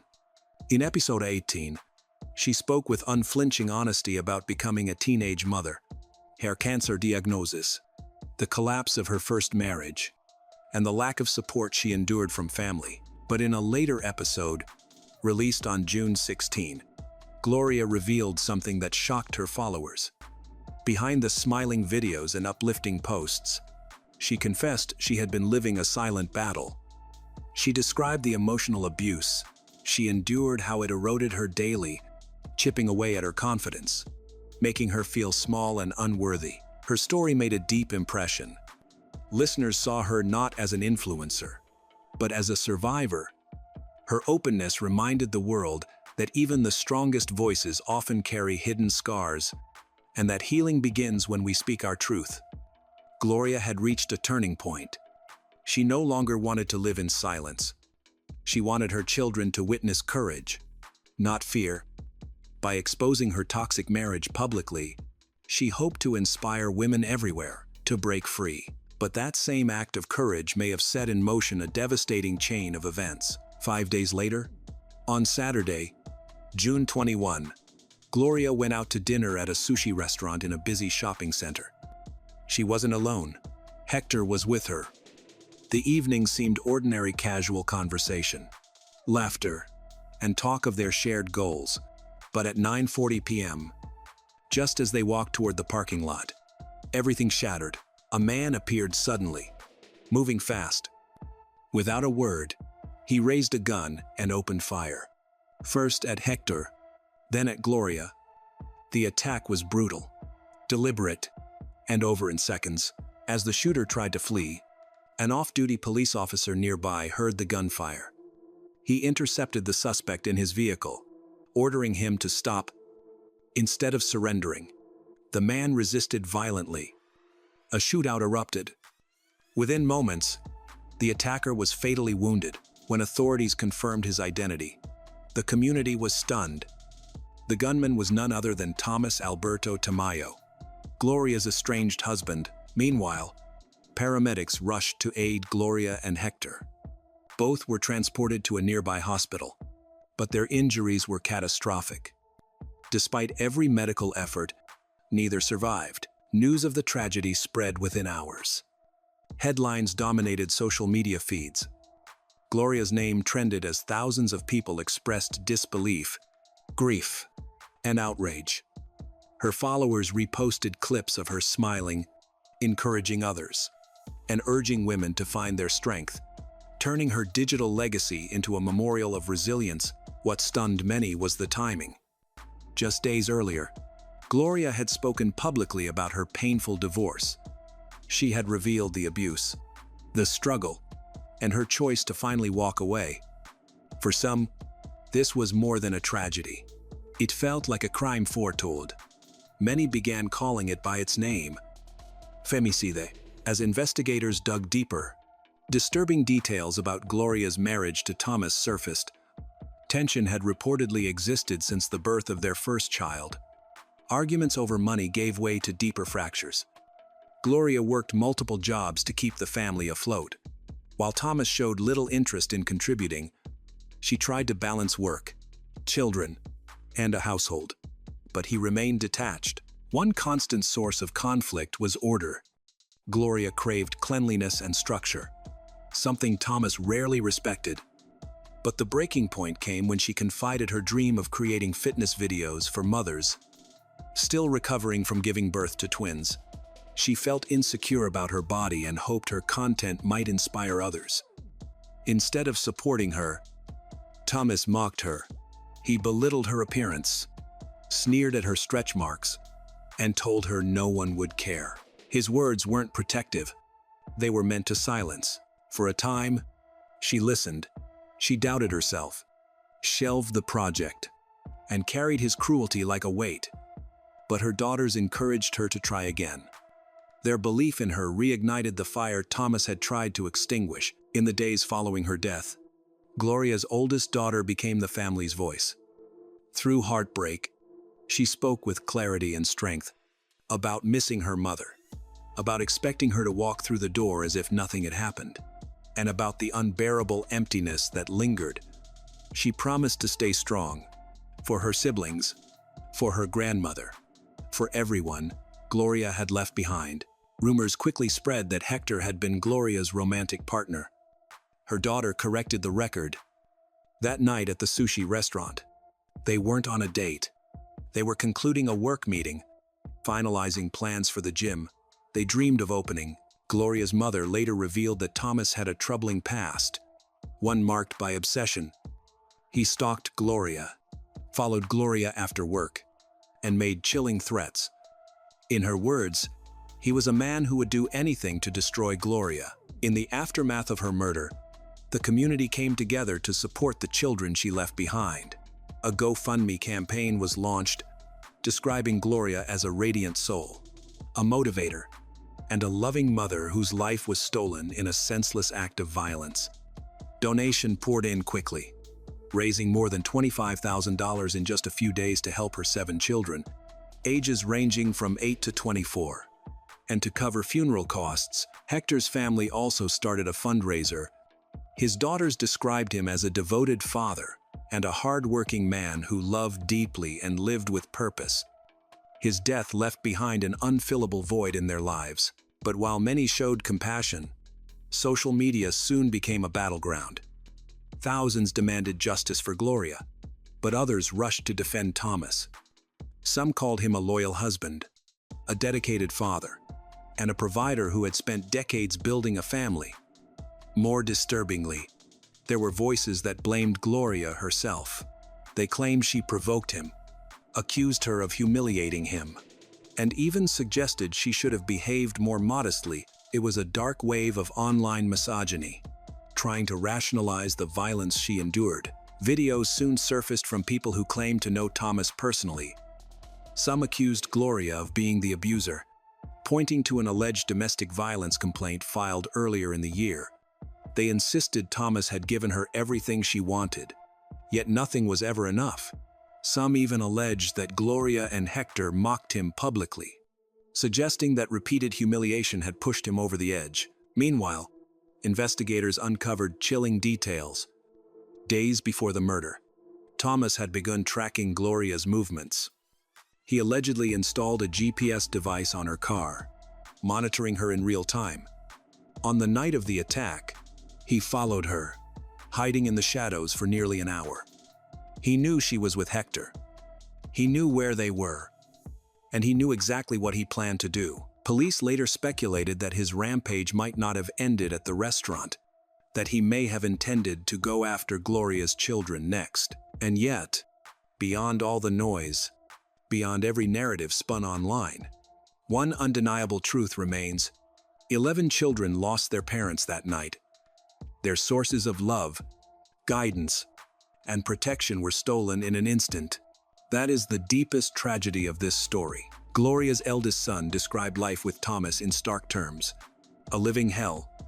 To outsiders, Thomas projected the image of a respectable, supportive stepfather.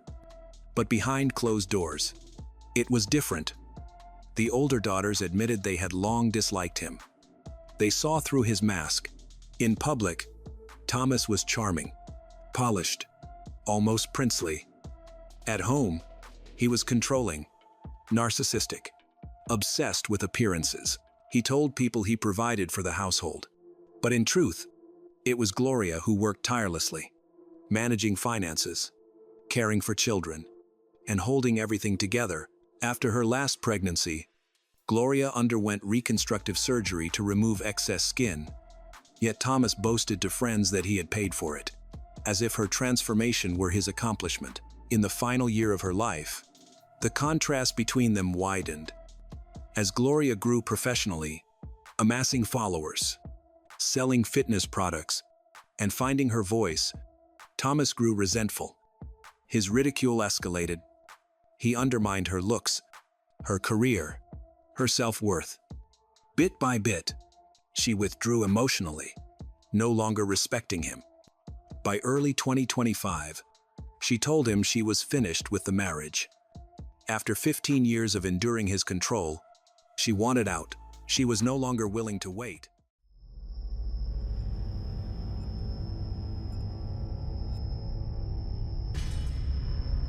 On a cold January afternoon in Georgia, The quiet of a small family home is shattered by a horrifying discovery. In the woods behind them, Alana Callahan lies motionless, covered in blood, her life brutally taken. But what haunts everyone is more than the violence of the scene. It's the presence of a familiar face, Aaron Schmidt, Alana's best friend, who claims to have witnessed the entire incident. He points to the body, insisting that he's just warded off a mysterious attacker dressed in black.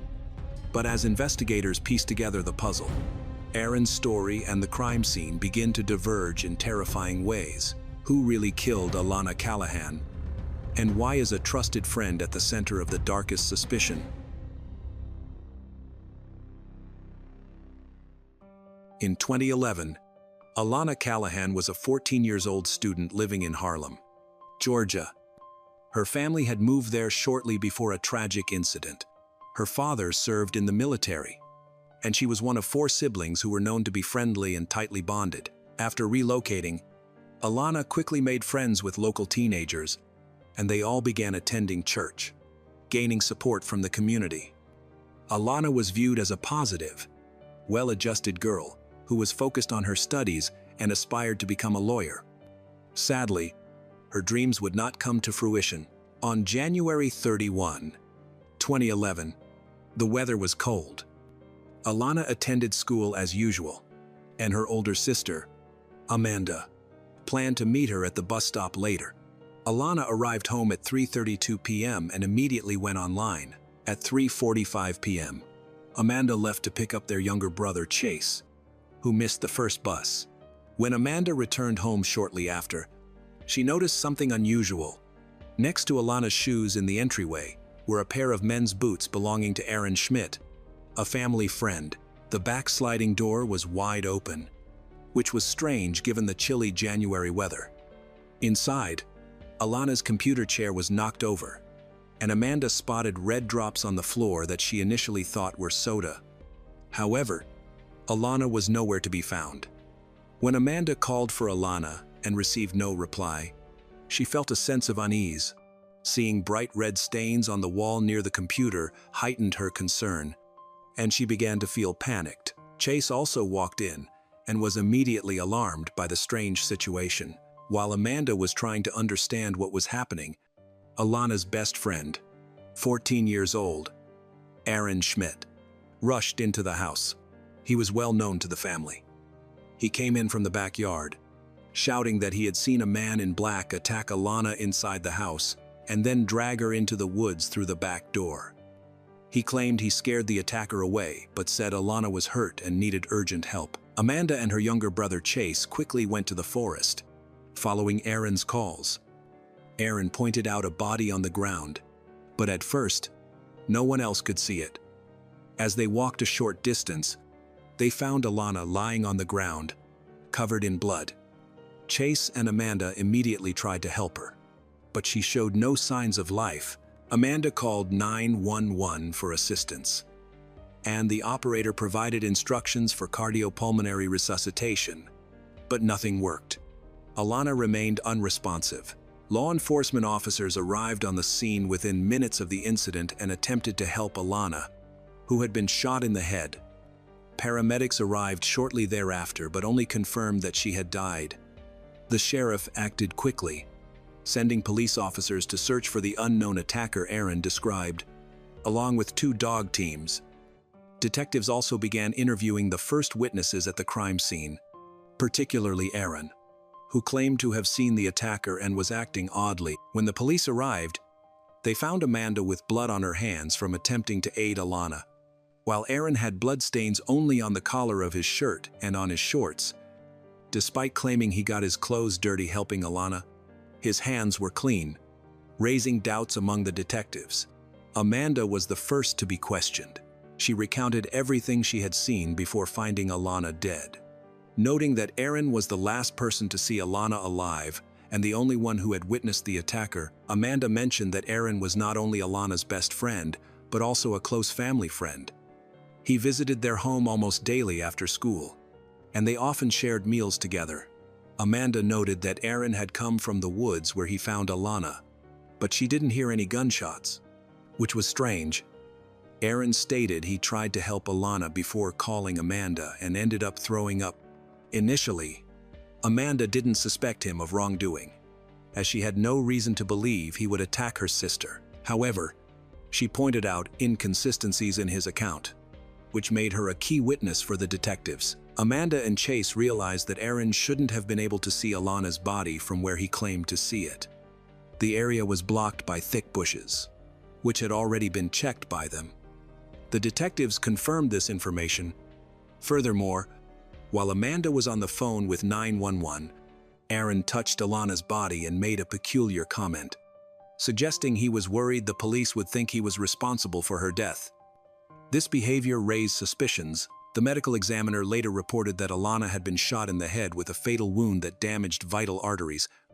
The bullet was found in the living room of the house where the attack occurred, indicating that the killer had dragged Alana outside right after the shooting, resulting in minimal blood being left inside. During her discussions with law enforcement, Amanda did not appear suspicious.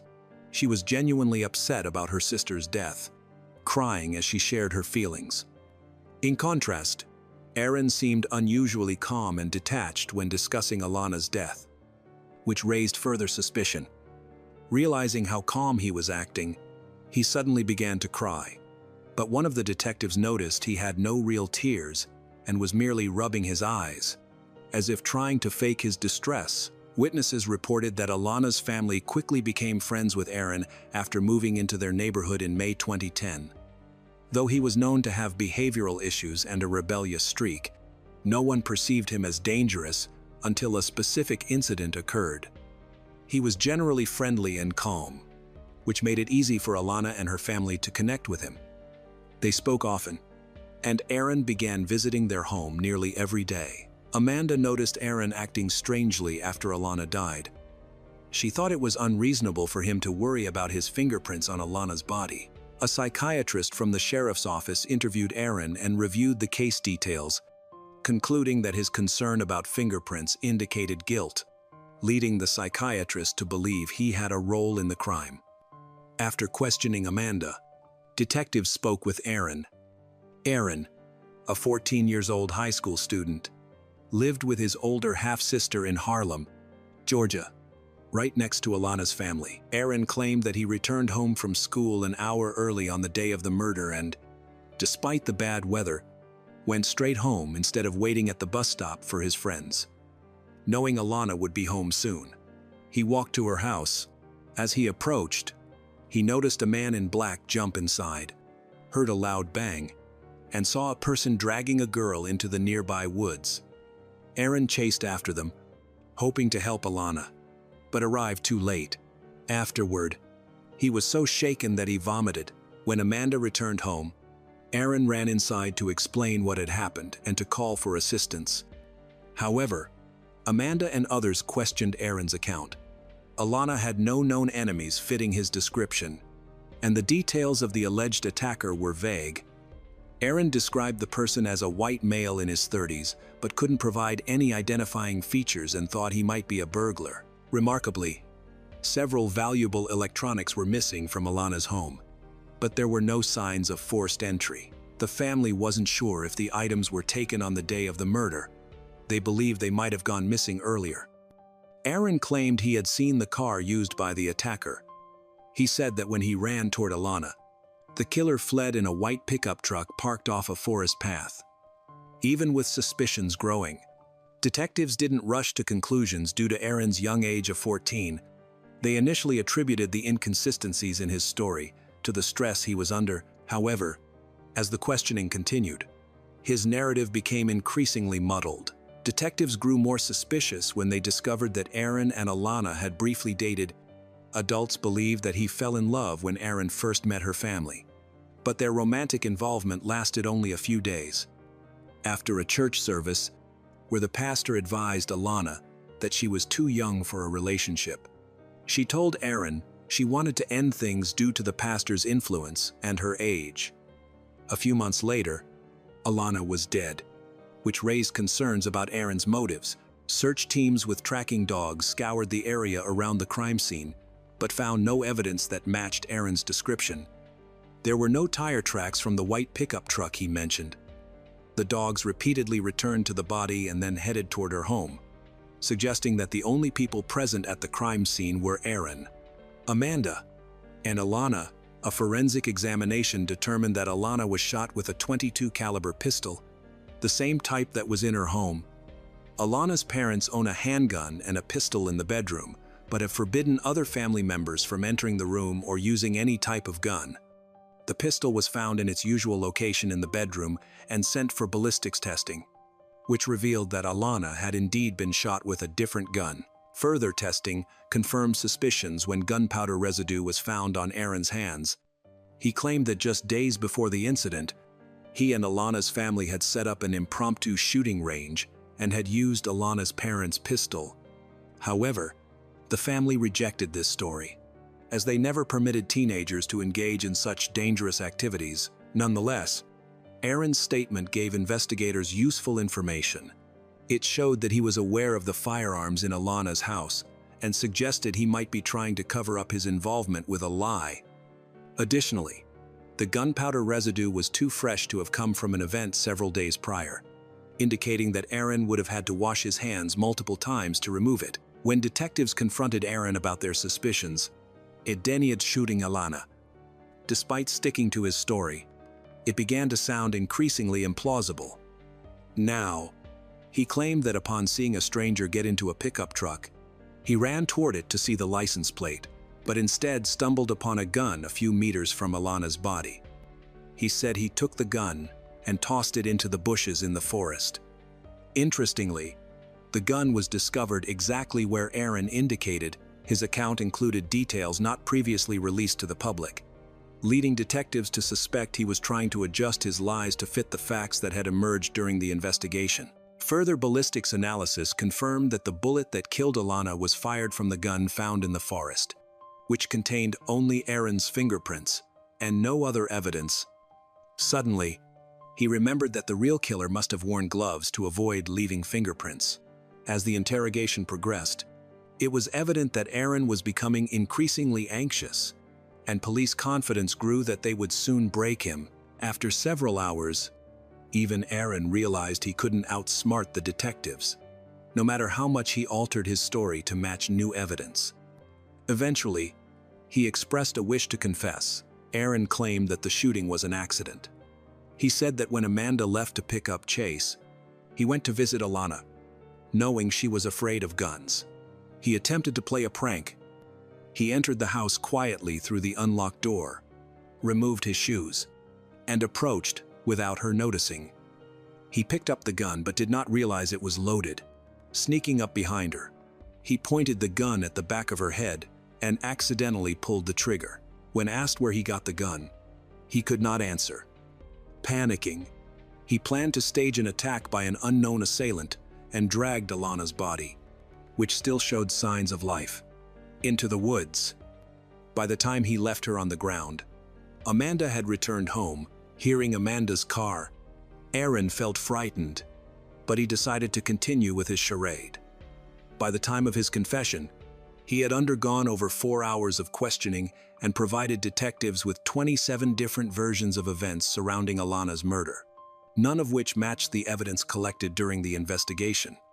Consequently, Aaron Schmidt, who was 14 years old, was charged with the murder of 14-year-old Alana and faced additional charges. He was arrested and spent the next 2 years in a juvenile detention center. A background check revealed that Aaron had no criminal record and had never been involved in any illegal activities prior to this incident. He did not attend Harlem School.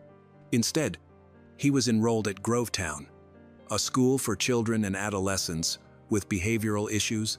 His friends and family had not observed any violent behavior in him. When detectives interviewed the principal of his school, he confirmed that Aaron struggled with learning, which is why he transferred to a different institution. However, he did not provide details about the specific difficulties Aaron faced. Investigators believe that Aaron, unable to handle rejection from Alana, a girl he had a crush on, attacked her after she refused to date him. They also considered the possibility of an attempted kidnapping, but Alana resisted, leading to her being shot during a struggle. Alana's family observed that Aaron's behavior became more and more suspicious after Alana rejected his advances. About a week before the murder, Aaron entered their home while the family was away. Alana discovered him inside when she returned from school, and she was both surprised and alarmed to find the front door unlocked. Alana's mother follows her home and suspects Aaron of breaking in. When she inquired about how he got inside, he claimed the door was simply unlocked. The family doubted his statement, as they always locked their door when leaving. Subsequently, Alana's mother had a serious conversation with Aaron, informing him that he could not visit unless one of her parents was home and that he was not allowed over before 5 p.m. Alana's parents also stressed that the entire family knew that their father kept a shotgun and a handgun in his bedroom. The others were not allowed to enter the room or touch the weapons. They also never talked about it with outsiders, not even Aaron. The fact that Aaron was aware of the firearms heightened the family's fears. This knowledge suggested that he had previously been in the house alone and had carefully examined the location of their belongings.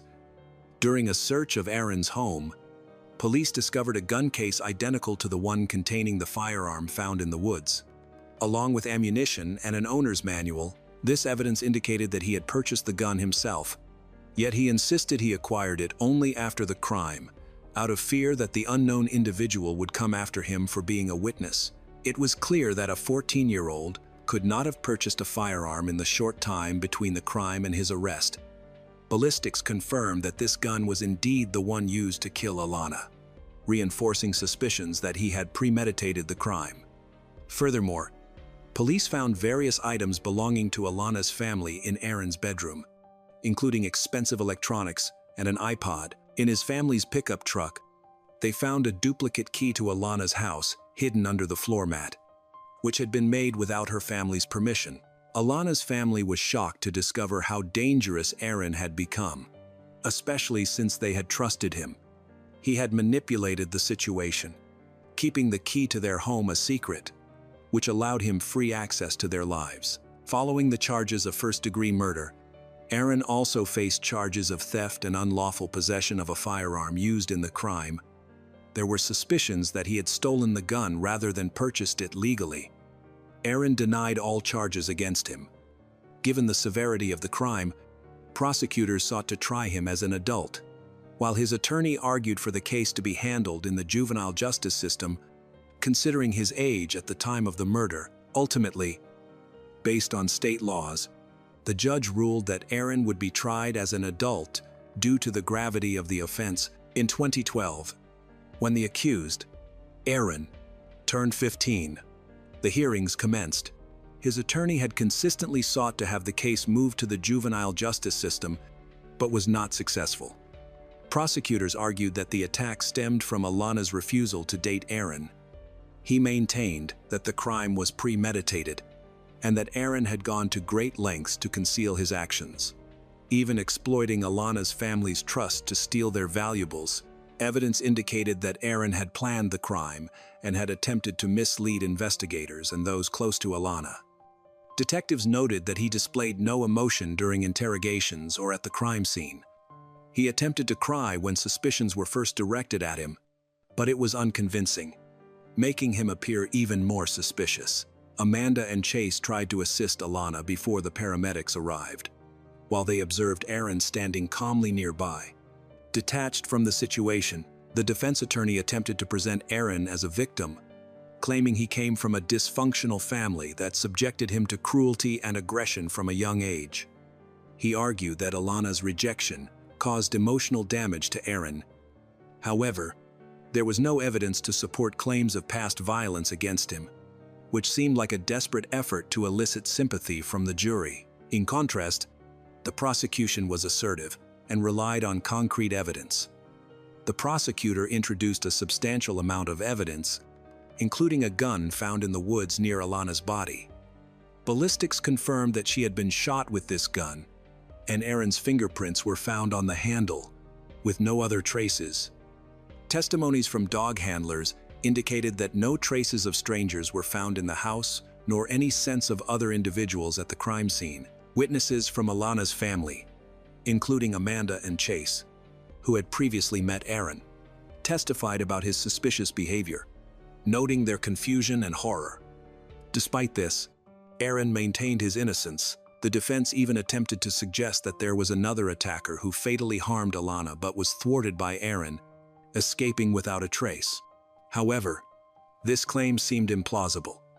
Aaron's accounts changed frequently during questioning. At one point, he admitted to using a gun and accidentally firing it. But the investigation disproved this, as it required significant force to operate the trigger effectively. Given his physical description, it was deemed unlikely that he could have fired it accidentally. Ultimately, none of the 27 different accounts given by him were credible. The prosecutor suggested that the motive for the crime stemmed from Aaron's anger over Alana's rejection. He had hoped to pursue a romantic relationship with her, but her refusal drove him to seek revenge. He stole a gun, made a copy of a key to the house, and waited for the perfect moment to strike. That day turned tragic for Alana. Noticing she was home alone, he took the opportunity to attack. After shooting her, he heard Amanda arriving and attempted to conceal the body in the woods.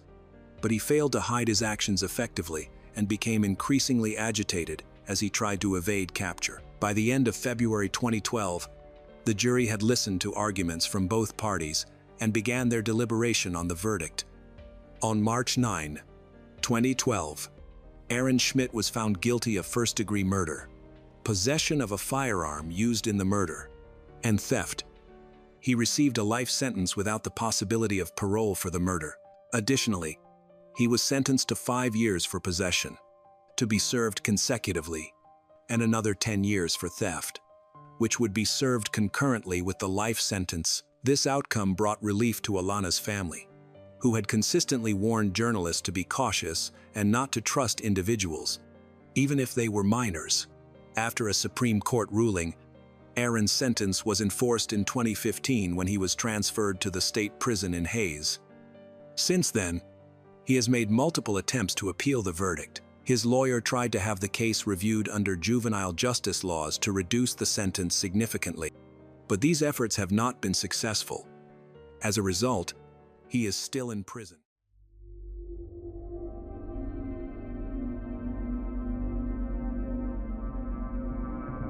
Around 2:00 a.m., in Ipacaraí, the silence of the night was shattered. Some neighbors, still awake, heard it. A young woman crying, screaming, begging for her life.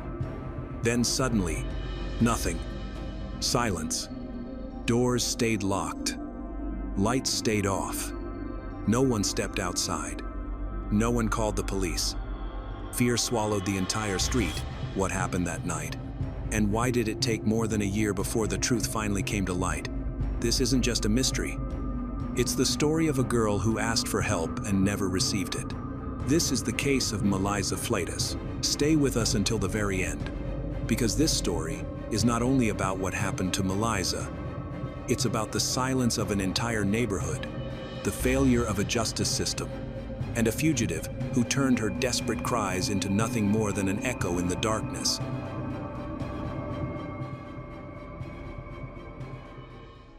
Maliza Fletus was born on June 9, 1999, in Paraguay. She grew up with limited means. After her parents divorced, she lived with her father, Luis Henrique Fletus, a street vendor and window cleaner, in a modest neighborhood. Despite difficult économiques conditions, she still grew up in love and has many special memories with her father. From a young age, she adored animals. In her free time, she and her father attended rock and heavy metal concerts, and that music became central to her identity. Over time, her style reflected the scene she loved, a darker aesthetic, multiple tattoos and piercings, and a growing independence visible on her social media. She eventually worked at a tattoo and piercing studio.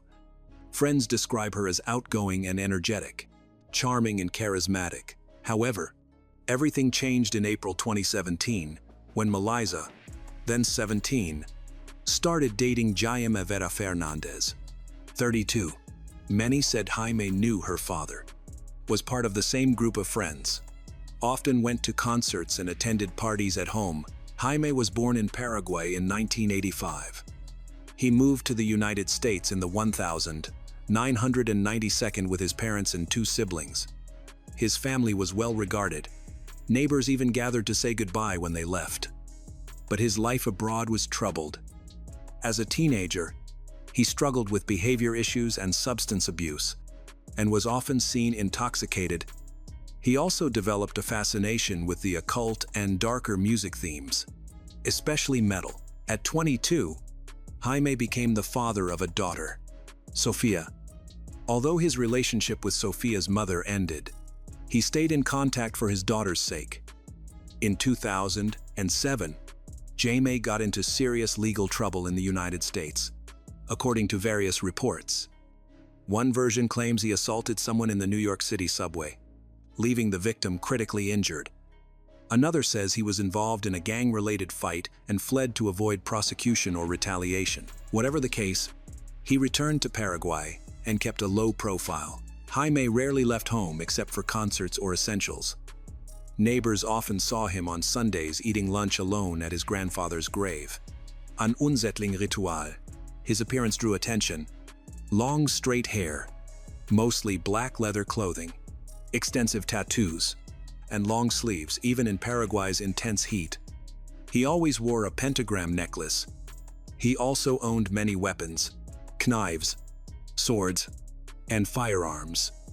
Combined with his isolation, these details made neighbors uneasy. Jaime lived on the upper floor of his family's 2-story house. The ground floor was rented out, giving him rental income.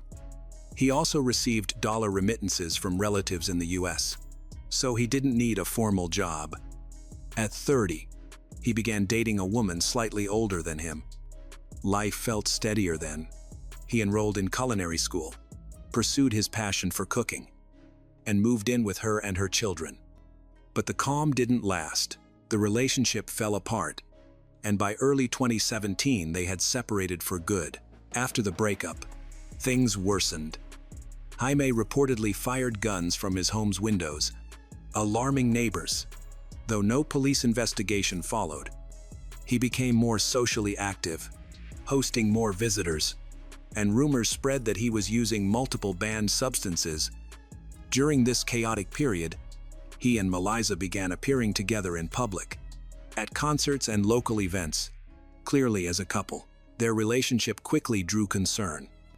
The 15-year age gap made many uneasy, but Jaime's erratic behavior was the bigger issue. Maliza's father, Luis, strongly disapproved, both because of Jaime's age and his disturbing conduct.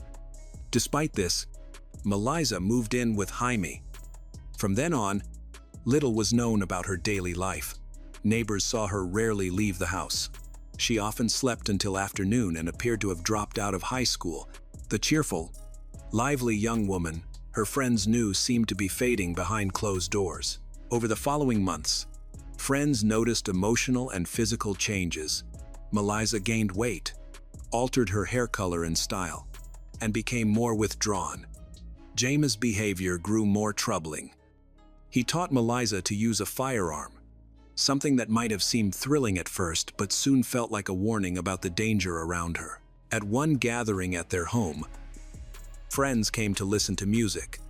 The evening soured when Jaime, consumed by jealousy, publicly berated Maliza.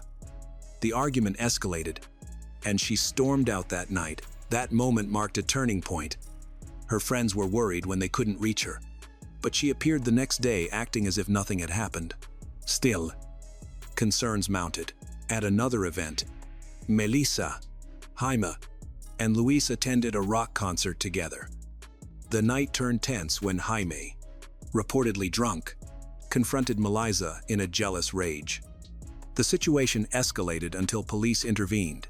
Friends felt unsettled, and they had noticed other red flags. Signs Maliza refused to discuss. Bruises and marks appeared on her face and body. When asked, she stayed silent.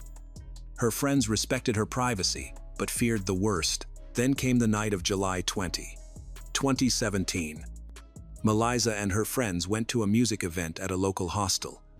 At first, it looked like a normal night, but her friends soon noticed her unease.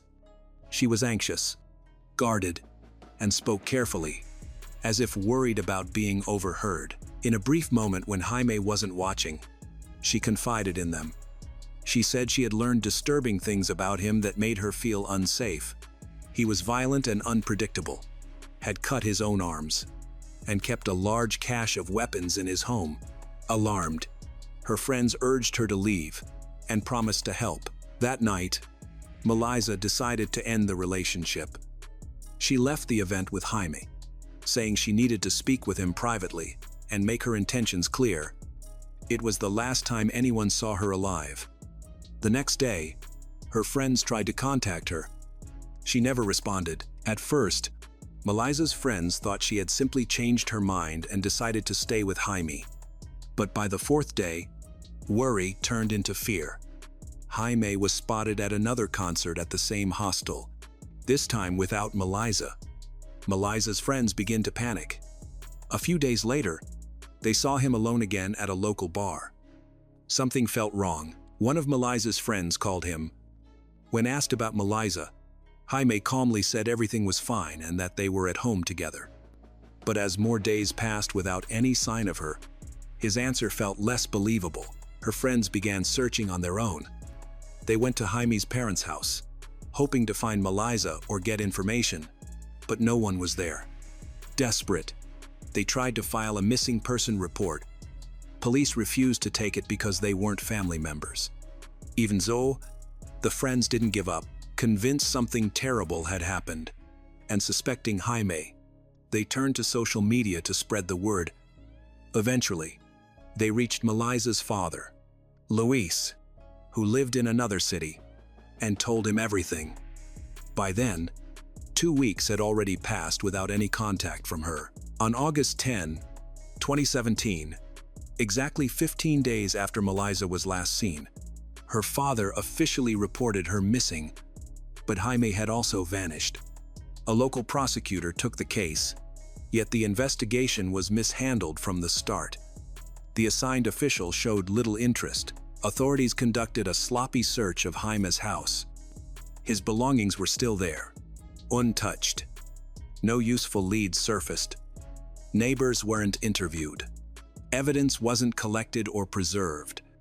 By any standard, the search was negligent.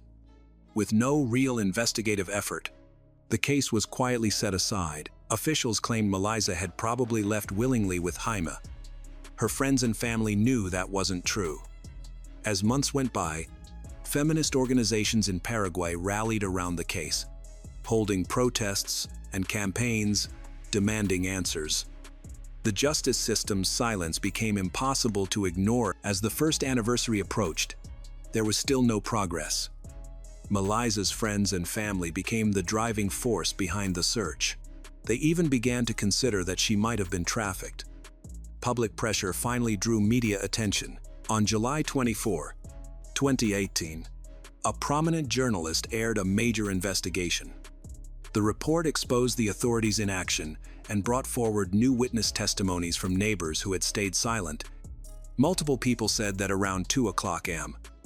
on July 21, 2017, the night Maliza disappeared, desperate screams came from Jaime's house. She was begging for her life. But instead of calling the police, neighbors locked their doors. Too afraid to intervene, Jaime had a reputation for violent outbursts. He had fired guns from his window more than once, and no one wanted to become his next target.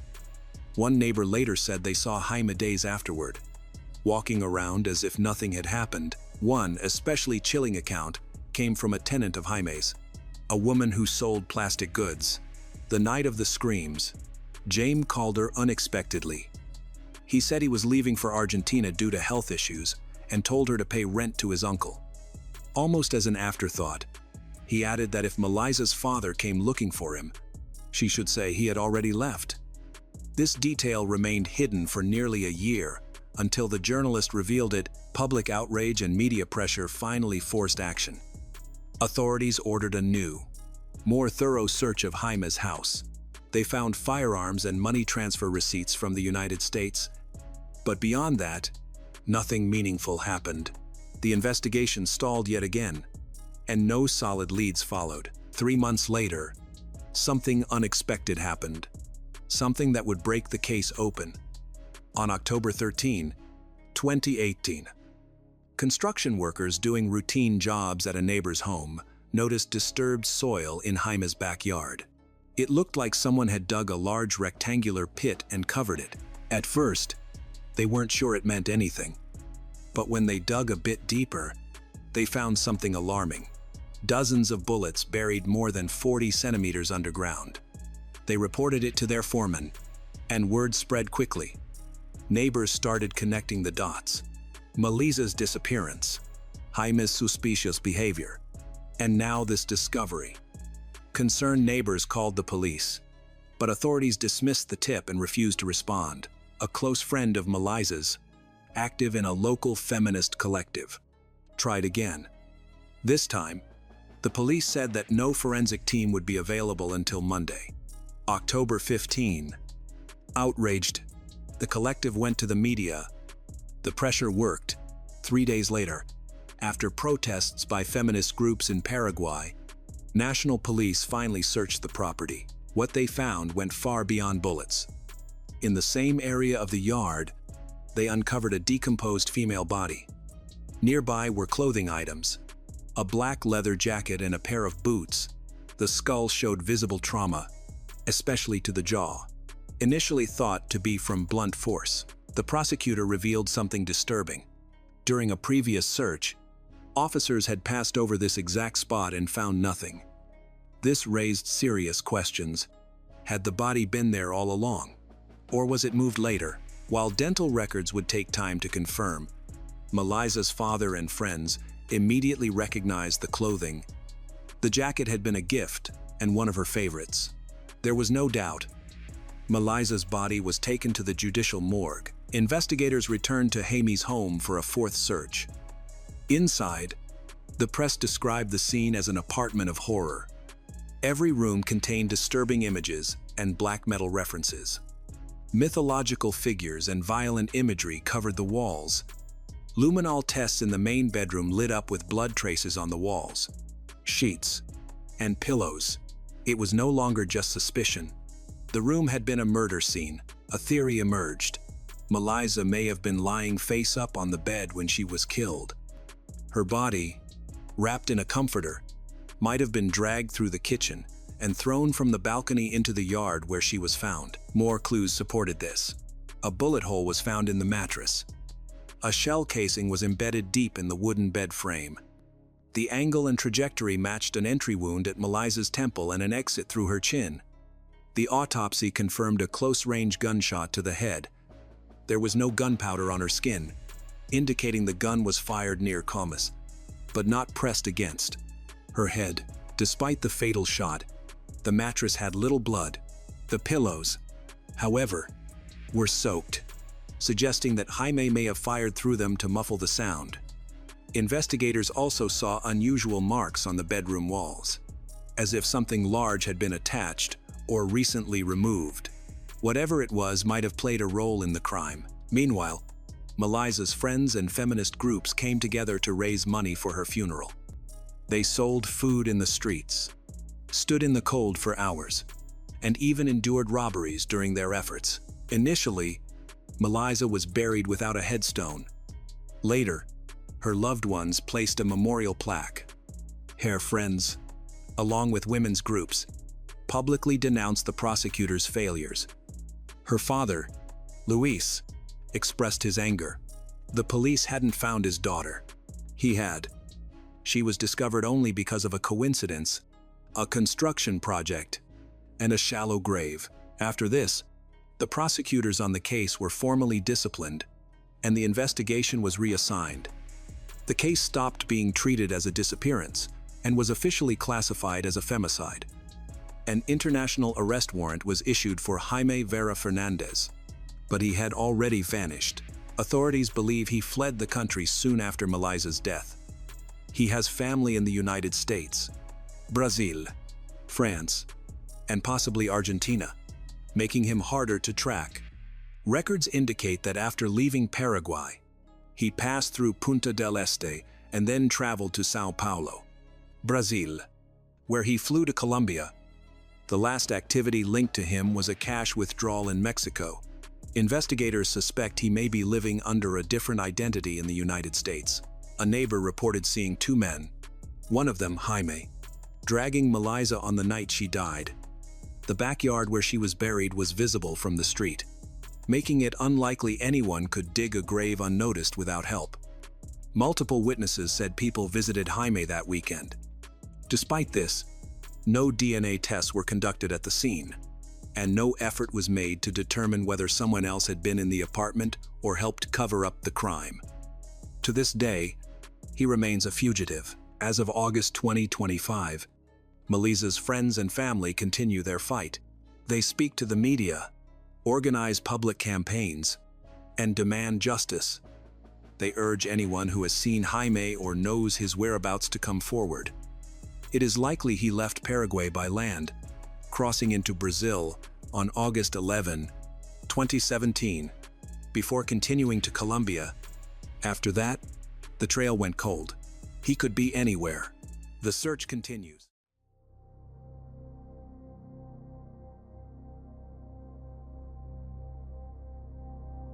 On a quiet May night in 1981, an 11-year-old boy awoke to find a tall, masked intruder tying him up.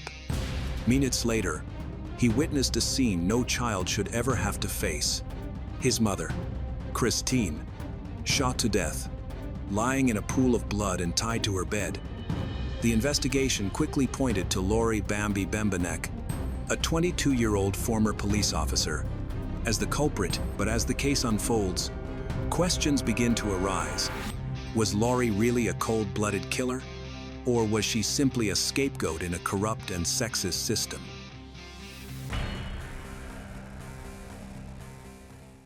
Lorie Bembenek was born on August 15, 1958, in Milwaukee, Wisconsin. She was the youngest of 3 daughters, growing up in a picturesque neighborhood she adored. Lorie often draws inspiration from the beauty of her homeland to nurture her creativity. After finishing high school, she pursued her artistic interests by studying design and fashion at Bryant and Stratton College. Though the school was far from her family's home, her enthusiasm pushed her to relocate temporarily to Virginia. 2 years later, having earned her associate's degree, Lorie returned to Milwaukee, eager to begin her career. During this time, Lorie blossomed into a striking young woman. She always pays attention to her appearance, but is also very considerate of the people around her. Friends described her as kind, sensitive, and warm-hearted. For a while, she modeled for magazines and calendars, but her ambitions soon shifted. Lorie's father, a former police officer, had left the force in frustration over widespread corruption. He had vowed never to return unless conditions improved, and in the meantime, he worked as a carpenter. Inspired by his principles and determined to show that integrity could still prevail, Lorie decided to pursue a career in law enforcement herself. The police force, however, was an overwhelmingly male environment, and her father warned her of the difficulties ahead. At just 20 years old, Lorie faced immense challenges. Women were rare in the department, and many male officers openly resented their presence. Even at the police academy, Lorie encountered resistance. Fortunately, she wasn't alone. She befriended Judy Zess, another young woman recruit. They quickly bonded, supporting each other through the trials of training. Lorie proved herself strong and athletic, often meeting or surpassing the physical standards required of men. Graduation posed no problem for her. In 1980, Lorie joined the Milwaukee Police Department, but the hostility only deepened. Her male colleagues viewed her as a threat to their culture and resisted her presence at every turn. Rather than support, she received harassment and thinly veiled threats. Even minor mistakes were ridiculed, creating a toxic workplace environment. Judy also graduated and joined the force. strengthening their friendship as they faced similar struggles. They spent free time together, watching movies or attending parties, finding comfort in each other's understanding of the job's pressures. Lorie met adversity with determination, while Judy sometimes turned to marijuana to cope. One day, Judy was caught smoking in Lorie's presence. Though Lorie did not participate, Judy was immediately arrested and dismissed from the force. Lorie, too, came under suspicion, initially accused of being an accomplice.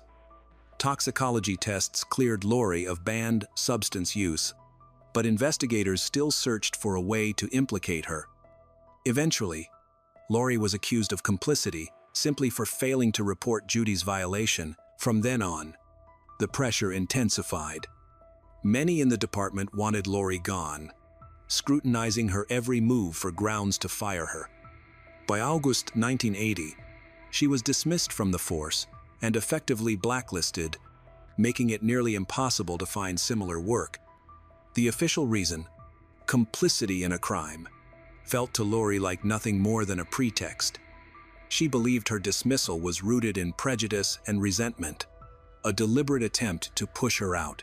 Feeling betrayed, she saw herself as yet another casualty of the corruption and injustice her father had warned her about. That summer, the Milwaukee precinct regularly held parties where officers gathered outdoors or in public spaces to drink, often pushing well past the limits of decency. At one large picnic in the city park in 1980, alcohol flowed freely. As the revelry escalated, several officers stripped off their clothes, danced naked on tables, and indiscriminated intimacy with women. The event took place in public view, was witnessed by residents, and provocative photographs were taken. When Lorie learned of the incident, she was outraged. She believed that such blatant misconduct warranted far harsher punishment than her friend Judy's private marijuana use. Her anger was understandable. She had lost her job for something beyond her control, while those engaging in public indecency faced no consequences. Determined to seek justice, Lorie obtained copies of the photographs and confirmed that none of the officers involved had been disciplined. Furious at the double standard within the department, she submitted the photos to the police committee and filed a lawsuit, alleging discrimination. More than justice, Lorie hoped these efforts might restore her position on the force, a job she had fought hard to earn. But her case stalled, and ultimately, no one was punished. At the time, Lorie and Judy were struggling financially. Both unemployed, they shared a small apartment, barely able to cover rent. They blamed the Milwaukee Police Department for their situation, their savings rapidly vanishing. Desperate for income, Lorie accepted an offer to work at the Playboy Club, a private venue catering to wealthy men about an hour outside Milwaukee. Though the job meant wearing revealing outfits and serving food and drinks, she saw it as a temporary solution to pay off debts. Judy, however, was not hired. Lorie quickly discovered the financial rewards. Generous tips eased her money troubles, yet she disliked the atmosphere from the start. The lewd remarks, unwanted advances, and harassment from patrons wore her down.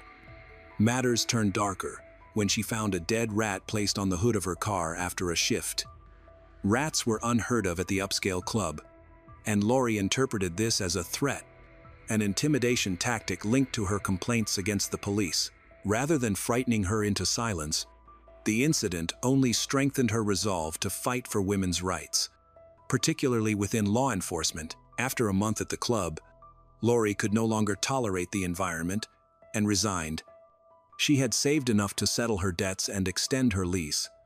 Seeking stability, she found work as a trainer at a fitness club. Around this time, Lorie met Fred Schultz, a police officer 10 years her senior who worked at the same station where she and Judy had once served. Fred had even attended the infamous naked party, though Lorie was unaware of this when they met. In turn, I had no knowledge of her discrimination complaint and bore her no resentment. Then, Lorie and Fred fell in love. She overlooked his flaws, including a reputation as a ladies' man, choosing instead to embrace the romance. Fred had recently divorced his first wife, Christine Schultz, who left him after uncovering his repeated infidelities. He had 2 young sons from that marriage. Charming and persuasive, Fred soon proposed to Lorie, and she accepted in January 1981, just 3 months after his divorce. They married in Illinois. However, Wisconsin law required a 6-month waiting period after divorce before remarriage, so their first marriage was annulled. They later remarried legally, after which Fred moved into the small apartment Lorie shared with Judy and her boyfriend. Meanwhile, Christine, Fred's ex-wife, too, was left raising their 2 sons in the family home. Fred now faced mounting financial and housing difficulties. He often complained to Lorie and Judy about the alimony and child support payments he was obligated to send his ex-wife, which amounted to $700 a month. On the night of May 28, 1981, Christine and Fred's 11-year-old son was startled awake by strange noises in the dark. When he opened his eyes, he saw a masked intruder attempting to tie him up. The stranger wore gloves, a green tracksuit, and a ski mask, with red hair pulled back into a ponytail. Terrified, the boy screamed, startling the intruder. As the figure fled, they shouted threats. The boy immediately ran to his mother's room, only to discover Christine bound to the bed with her mouth taped shut. She had been shot in the chest. The boy called for an ambulance and the police, but by the time help arrived, it was too late. Christine, just 30 years old, had died from a gunshot wound that pierced her chest and grazed her heart, causing fatal blood loss.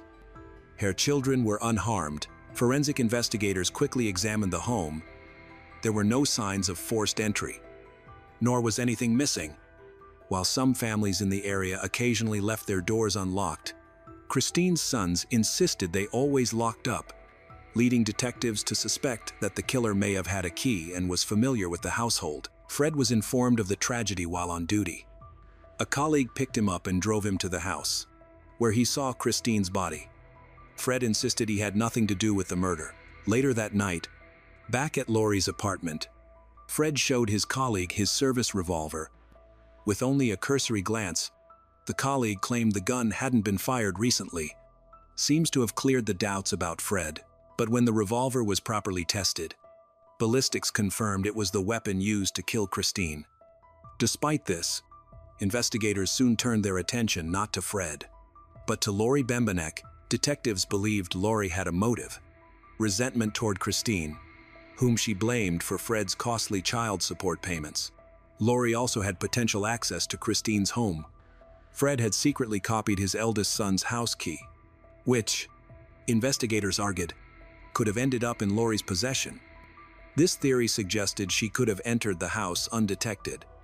Lorie, however, denied the accusations, stating she had gone to bed early that night. But with Fred on duty and Judy asleep, no one could corroborate her alibi. Christine's 11-year-old son described the intruder as a male figure with red hair and a ponytail, dressed in a green tracksuit and black shoes. Lorie was a blonde and did not own a wig. Yet just days later, a bizarre discovery shifted the case. When plumbers were called to unclog Lorie's apartment drain, they found a red wig lodged in the pipes.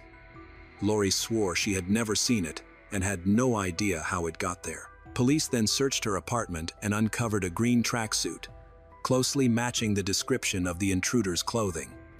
With this evidence, detectives believed they had their suspect. On June 24, 1981, less than a month after Christine's death, Lorie Bembenek was arrested for murder. From the start, Lorie insisted she was being framed by the Milwaukee police as revenge for her earlier discrimination complaints. Still, her inability to produce a solid alibi severely weakened her case. Her refusal to take a lie detector test further fueled suspicion. Lorie explained her decision by citing her time in law enforcement, where she had seen firsthand that polygraphs were unreliable and could be manipulated, even though lie detector results weren't admissible in court. Her refusal, while logical, was not well received. At the time, Lorie was working as a security officer at the Marquette University. Investigators searched her locker and seized a comb for forensic testing. The FBI later claimed that hair recovered from the crime scene was microscopically similar to strands found on Lorie's comb. With this, detectives announced they had enough evidence to charge her with first-degree murder. Lorie Bembenek's trial for the first-degree murder of Christine Schultz was set for February 1982. Until then, Lorie remained free on bond, awaiting trial under intense public scrutiny. The case quickly became a national sensation, and the relentless press attention transformed her into a reluctant celebrity. Every detail of her life, her looks, her clothes, her past, was splashed across headlines. Reporters even saddled her with the nickname Bambi, a play on her last name, which they despised for its mocking undertone. As the trial neared, two of Lorie's closest connections turned against her. Her former best friend and roommate, Jasse, emerged as a key witness for the prosecution. Once inseparable, they had fallen out after their dismissal from law enforcement. On the stand, Judy claimed Lorie harbored deep hatred toward Christine and had often threatened to kill her. She further alleged that Lorie had purchased a red wig in the weeks leading up to the murder. Judy's testimony was riddled with inconsistencies, particularly with timelines, but the discrepancies received little weight in court. Lorie's estranged husband, Fred Schultz, also dealt her a crushing blow. No longer loyal to her, and already living with another woman, Fred testified against Lorie, contradicting his earlier statements about his whereabouts on the night of the murder. He now claimed he had been at a bar, not off duty at home. The jury also heard about his prior accidental shooting of a fellow officer, though he had been cleared of wrongdoing. Other witnesses came forward with damning claims that Lorie had repeatedly talked about killing Christine, that she had once offered someone money to carry out the crime, and that she owned a green tracksuit similar to the one worn by the intruder. A store clerk testified that Lorie had purchased a wig resembling the one found in her apartment's plumbing, and forensic experts reported that wig fibers matched those at the crime scene. The prosecution's portrait of Lorie was harsh, a vain, ambitious young woman who, obsessed with Fred's money and resentful of Christine, wanted her out of the picture so she could enjoy Fred's house without the burden of child support. The defense, by contrast, argued that Lorie had no desire to raise Fred's children and insisted she was the victim of a frame-up. Lorie herself claimed that the Milwaukee Police Department had conspired against her as retaliation for her efforts to expose corruption and misconduct within the force. She argued that Fred, who stood to benefit most by avoiding alimony, regaining his home, and gaining custody of his children, was the one with the true motive. But the jury was unmoved. On March 9, 1982, after a highly publicized trial, 22-year-old Lorie Bembenek was convicted of first-degree murder and sentenced to life in prison. 2 years later, she and Fred divorced. Prison life did not break Lorie. She studied law, contributed artwork to the prison newspaper, and clung to the hope of overturning her conviction. Through a fellow inmate, she began corresponding with Dominic Guglielmo, the brother of another prisoner. Their relationship blossomed into romance, and Dominic became her most steadfast supporter. On July 15, 1990, after 8 years behind bars, Lorie made a daring escape. She slipped out through a laundry room window, scaled a barbed wire fence, and fled into the night, where Dominic waited with a getaway car. Together, they crossed into Canada, posing as a married couple while evading authorities. Meanwhile, troubling new evidence began to surface. A fellow prisoner, Freddie Horenberger, allegedly confessed to killing Christine at Fred Schultz's request, though he refused to testify publicly. Judy, Lorie's former friend, later recanted her testimony, admitting she had been pressured by police and never truly believed Lorie was guilty. Additional revelations cast further doubt on the case.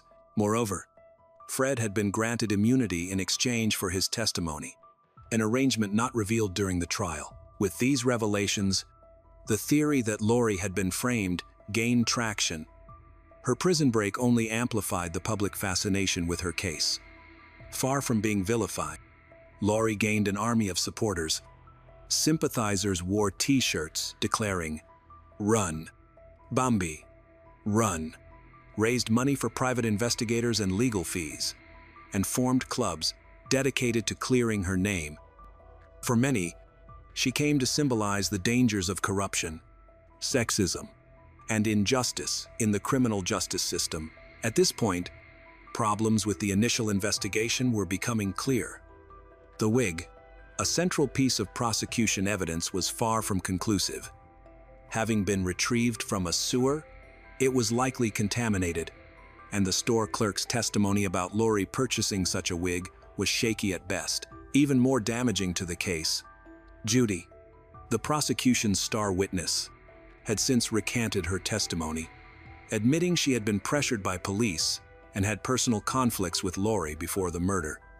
Without Judy's account, much of the state's case against Lorie unraveled. Authorities had also leaned heavily on the testimony of Sean, Christine's eldest son, who claimed he saw the intruder. But Sean described the perpetrator as a man, taller and more heavily built than Lorie, with a low, growling male voice. Years later, as an adult, Sean repeated in interviews that there was no way he could have mistaken the figure he saw for a woman. Nevertheless, investigators brushed aside this detail. After escaping from prison, Lorie and Dominic crossed the Canadian border, eventually reaching Thunder Bay, Ontario. Life on the run was far harsher than they had imagined. With no money, their relationship quickly frayed. Lorie struggled to survive, finding work as a waitress under the alias Jennifer Gazana and dyeing her hair to avoid recognition. When that wasn't enough, she picked up a second job as a fitness instructor. Dominic, however, grew despondent. He refused to work, spent their limited funds on hunting and fishing gear, passed his days outdoors with new acquaintances. Lorie's efforts to hold their new life together came crashing down when a television program aired a segment on America's Most Wanted Fugitives. A restaurant customer recognized her and tipped off authorities. On October 17, 1990, Canadian police arrested Dominic and Lorie. Dominic was extradited to the United States, where he served 3.5 months for aiding the escape, before abandoning Lorie altogether. Lorie, meanwhile, fought desperately to remain in Canada. She portrayed herself as a political refugee, a woman persecuted and wrongfully imprisoned, and even passed a polygraph test to support her claim of innocence. But United States authorities pressed for her return, and eventually Canadian officials agreed, on the condition that she receive a new trial. This sparked a reinvestigation that revealed numerous flaws in the original Milwaukee police inquiry.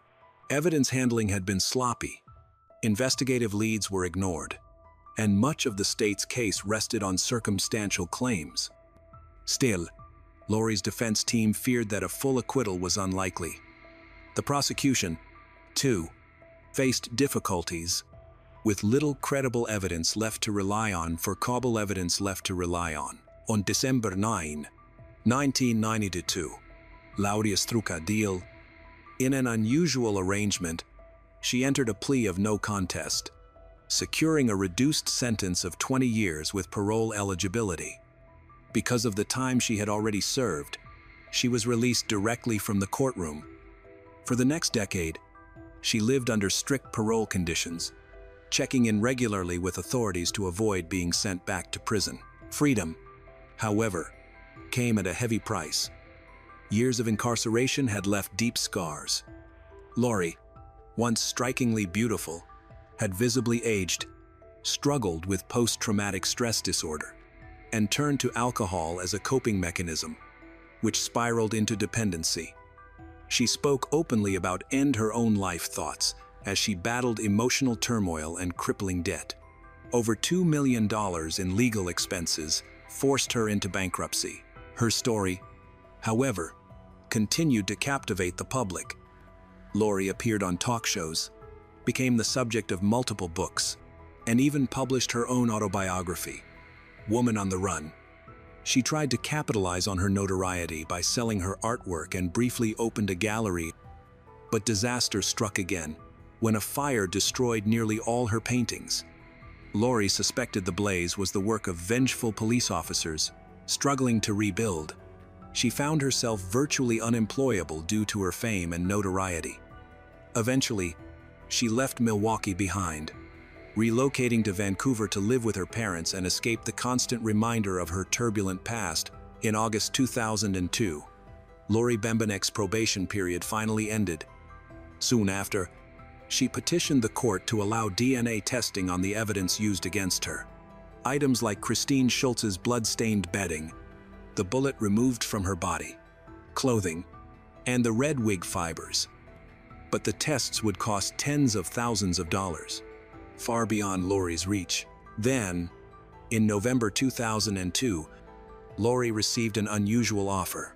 A television program, Dr. Phil, dedicated to investigating cold cases, invited her to appear on their show, and even offered to cover the $20,000 cost of advanced DNA testing. The producers insisted on re-examining the bullet and made it clear all results would be compared with Lorie's own DNA profile. At the time, she was 44 years old. During filming, Lorie was housed in a private apartment and given security because of the media frenzy surrounding her case.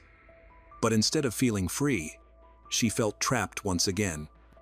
Overwhelmed by anxiety, she suffered a panic attack and, in desperation, jumped out of a window. The fall left her with devastating injuries, leading to the amputation of her leg below the knee. The show was abruptly canceled. Lorie later sued the program, claiming she had been wrongfully confined. But the court rejected her lawsuit. She also attempted to reopen her case, hoping to prove her innocence. But since she had previously agreed not to challenge the conviction, her petitions were denied. Her lawyers still fought for her, arguing that key evidence had been suppressed during the original trial.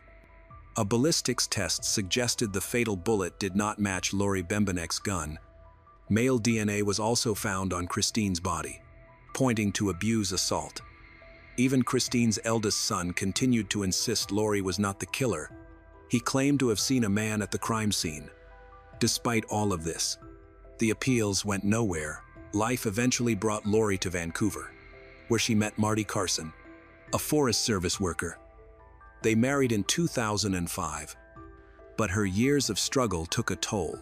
In 2010, Lorie was diagnosed with hepatitis, and on November 20, at just 52 years old, she died of liver and kidney failure. Until her final breath, Lorie maintained her innocence.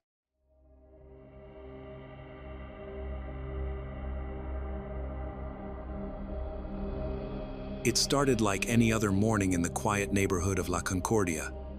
Inside her modest apartment, Lucia moved through her usual routine, helping her youngest daughter get ready for school, straightening up the house, and preparing herself for another day at work. But within minutes, the calm of that morning was torn apart. Screams tore through the silence, echoing throughout the building. A panicked neighbor immediately called the police. When the authorities arrived and broke down the door, the scene before them was an unimaginable tragedy. What was discovered that day shocked not only the whole neighborhood, but also the whole city. Lucia Juliana Pinto, a mother who had sacrificed her life for her children, had been brutally stabbed 32 times. So what really happened to Lucia Juliana Pinto that fateful morning? Lucia Juliana Pinto was born on February 26, 1976, in Bucharmanga. She grew up in a home where values like hard work, kindness, and generosity weren't just taught, they were lived every day. Her parents were her greatest role models, showing her by example how to care for others and stay grounded in life's challenges. Even as a child, it was clear that Lucia had a warm soul and a rare ability to connect with people, but life wasn't always easy. Her family often struggled financially, and those challenges became harder to ignore as she grew older. Despite their efforts, her parents could barely make ends meet. That's when Lucia decided to step up. From an early age, she helped with chores, learned how to manage small responsibilities, and did whatever she could to ease the burden at home. During these years, she discovered something that would shape her future: her love for cooking. Surrounded by simple recipes, pots, and pans, Lucia found joy in preparing meals for her family. Cooking wasn't just a daily necessity, it became a passion, a way of expressing love and creating happiness for those around her. What started as a routine soon turned into a dream. One day, she hoped to build a life and career around food. Despite hardships, her optimism never wavered. Friends and family often said her smile could light up a room, and even in the darkest moments, she found reasons to stay positive. As she entered adulthood, Lucia landed her first job in a local restaurant. It was a defining moment. She was finally pursuing what she loved, while also helping her family financially. Life seemed to be moving forward, and, for a brief time, love entered her world. She had a child with Pablo Juliana Pinto, but the relationship was short-lived and ended under painful circumstances. The father refused to take responsibility, leaving Lucia to raise her son alone. Still, she didn't let that stop her. Instead, she became even more determined. Pablo became her reason to keep going, her source of motivation to fight for a better future. She worked long hours at a downtown restaurant, while her own mother stepped in to care for the boy. His grandmother's home became a safe and loving place during those years. When Lucia came home each evening, she focused on being with her son, asking him about his day, his friends, and what he had been doing. She listened carefully, wanting him to know he was loved, even though she had to work hard. Lucia's mother understood the silent burden Lucia carried, the challenge of balancing being a mother, working, and pursuing her strong hope for a better future. Then one day, life took an unexpected turn. Lucia introduced Pablo to someone new, her boyfriend. His name was never made public, but he worked as a truck driver and had been honest about his intentions from the start. He wanted to be a part of both Lucia's and Pablo's lives. After a short relationship, the couple decided to move forward together. They found a small apartment on the third floor of a building in the heart of the La Concordia neighborhood. With freshly painted walls and shared dreams, they began a new chapter. Soon after, Lucia gave birth to her first daughter. For Pablo, who had always been the center of his mother's world, the change was difficult. He wasn't just adjusting to a new father figure. Now, he had to share his mother's love with a newborn sister. It was a tough transition, and although Lucia loved all her children equally, the baby naturally required more time and attention, causing Pablo to feel pushed aside. This feeling deepened in 2011 when Lucia gave birth to her second daughter. By then, Pablo was 16. The growing family brought more joy to Lucia, who finally felt fulfilled and stable. Pablo, however, was going through an emotional storm. He began to feel isolated and confused, struggling in quiet moments with questions about his identity and his place in the family. Around this time, Pablo began to question his own sexuality, a subject deeply taboo in his environment. He felt ashamed, scared, and unsure how to talk about his feelings. The fear of being judged or misunderstood led him to keep everything inside, withdrawing emotionally and unable to share what was going on with his mother. His inner world grew darker as shame, resentment, and confusion slowly built up.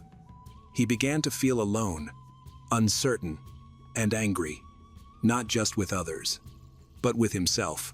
Eventually, Pablo found refuge among a group of local teens in the neighborhood, and through one of them, he was introduced to cannabis. It became an escape, a way to quiet the inner turmoil. But in truth, it was only the beginning of a much more complex and difficult chapter in Pablo's life. Things spiraled quickly out of control. Spending time on the streets with friends became Pablo Juliana Pinto's 28 daily routine. and his banned substance use grew more frequent until eventually he dropped out of school altogether. For Lucia Juliana Pinto, that was the beginning of countless sleepless nights. Each evening filled her with anxiety as she waited, never sure if her son would come home. In time, Pablo's absences became the norm rather than the exception. Whenever she tried to reach out, Pablo's reactions were harsh, even cruel. He lashed out, pushing her away with cutting words, his spark gone. Worse still, his behavior grew increasingly violent, unpredictable, and hostile. Home became unbearable, and Lucia was the one who endured the most. She became the constant target of his rage, his outlet for frustration and pain. Pablo blamed her for everything: his poor choices, his unhappiness, even his own sexual identity. Any attempt by Lucia to guide him, encouraging him to go back to school, find a job, or seek help, only deepened his anger. Their talks quickly turned into shouting matches, some of which escalated into physical confrontations. More than once, he threatened to kill her. When Lucia's mother discovered how serious the situation had become, she stepped in, trying to reason with her grandson and remind him of the love that surrounded him. But her efforts fell on deaf ears. Consumed by rage, Pablo lashed out at her too verbally and physically. Heartbroken and unable to cope, the elderly woman made the painful decision to leave the household and never return. A similar pattern followed with Lucia's younger daughter. She also tried to make peace with her brother, hoping to calm the storm tearing their home apart. But her words could not reach him. Eventually, exhausted by his aggression, she admitted to her mother that she was counting the days until she could move out and start a new life far from the chaos. And still, Lucia refused to give up. Despite everything, her love as a mother remained unshaken. She kept trying to pull her son out of the darkness, holding on to the hope that one day he would change. But it grew harder with time. Lucia's husband, because of his work, was often away, leaving her and the youngest daughter to face Pablo's violent outbursts alone. Neighbors had long grown accustomed to the shouting, the late-night screams, and the desperate cries echoing from her apartment. Many could not understand why Lucia hadn't reported her son to the authorities. But they also knew how much she had sacrificed for her children, and how much she continued to endure. Calling the police was a step Lucia simply could not bring herself to take. Instead, she placed her hope in professional help. At first, Pablo refused, but after relentless effort, he finally agreed to enter a rehabilitation center. Sadly, it didn't last. Just a few months later, he relapsed and abandoned the program. Back at home, his life remained as unstable as ever. Determined not to give up, Lucia began researching treatment options outside of Bucaramanga. She searched for places that went beyond detox, centers that offered mental health counseling, emotional healing, and long-term reintegration programs. Eventually, she found one in Medellin that seemed to embody everything she had been hoping for. Modern, well-staffed, and focused on rebuilding the person, not just treating the addiction. In mid-2022, she sat down with Pablo to propose the idea of starting over in Medellin. She knew convincing him wouldn't be easy, so she chose her words carefully. She spoke of the opportunity to leave behind negative influences, the chance to rediscover his self-worth, and the possibility of building a new life. To her surprise and relief, he agreed. For the first time in years, Lucia felt a wave of hope. She personally accompanied her son to Medellin, stayed by his side until he was safely admitted, and returned to Bucaramanga with a fragile sense of peace. With Pablo away, the household settled into a rare calm. Lucia focused on rebuilding her own life. She found work again, spent more time with her youngest daughter, and checked in with Pablo regularly. Weekend visits became her source of strength. She saw progress, genuine progress, and it renewed her optimism. But that optimism was shattered. On one visit, Lucia was told something that made her blood run cold. Pablo had abandoned the program weeks earlier, and no one had informed her. Desperate, she searched for him until she finally found him in Medellin, living with another man he introduced as his partner. Almost instantly, her instincts told her something was wrong. The man was also using banned substance. The atmosphere felt heavy, and soon her fears were confirmed. Pablo confided that the relationship was volatile, marked by constant fights and bursts of violence. From then on, Lucia made regular trips between Bucaramanga and Medellin, so frequent that she eventually lost her job. Then, at the end of 2022, disaster struck. Pablo suffered a severe emotional breakdown and attempted to take his own life. The moment Lucia found out, she rushed to Medellin, determined to bring him home where she could care for him. But the situation was worse than she imagined. Pablo didn't reject her outright, but his partner reacted with fury at the suggestion of him leaving. He even threatened Lucia directly. Still, despite the danger, she continued visiting her son. She couldn't walk away. Unfortunately, the cycle of violence returned. Pablo lashed out at his mother again, this time joined by his partner. Meanwhile, the relationship between the two men collapsed further, turning physically abusive. Violence became part of their daily lives. On top of that, they clashed with their landlords, and soon they were forced to leave their apartment, worn down but encouraged by Lucia. Pablo finally decided to end the relationship and returned to Bucaramanga in April 2023. Lucia welcomed him home with open arms, but peace did not follow. Almost immediately, old habits resurfaced. Pablo disappeared for days at a time, stayed out all night, and drifted between rented rooms across the city. When he did come home, his behavior was erratic and aggressive. Their rare interactions often ended in heated fights. Once again, Pablo's anger fell squarely on her shoulders. Although Lucia had long accepted the painful truth of her son's condition, it had never gotten any easier for her to bear. Still, she held on, trying to preserve some semblance of normalcy. Even as her world continued to unravel, in August 2023, a small ray of hope finally appeared for Lucia. She had just been hired for a steady position at a local restaurant. When she got the news, it felt like life was finally giving her a break. Her new shift started in the afternoons, which meant mornings could be spent walking her youngest daughter to school, keeping the apartment in order, and enjoying the small routines that made her feel whole again. And on certain days, if Pablo happened to show up, she did her best, however exhausting, to manage his unpredictable presence. But Lucia had no way of knowing that this fragile peace would be shattered so soon. The morning of the 21st of September, 2023, began quietly, just like any other. She prepared her daughter for school, cleaned the apartment, and went about her routine. Around 10 o'clock a.m., Pablo arrived unannounced, as he often did. But this time, something was different. His behavior was erratic, his mind clouded. For Lucia, it was the breaking point. She confronted him, her words sharpened by months, if not years of exhaustion, heartbreak, and fear. The argument escalated quickly. Pablo lashed back with insults, and within moments, the apartment filled with shouts. The screams were so intense that one neighbor froze, overcome by a dreadful feeling.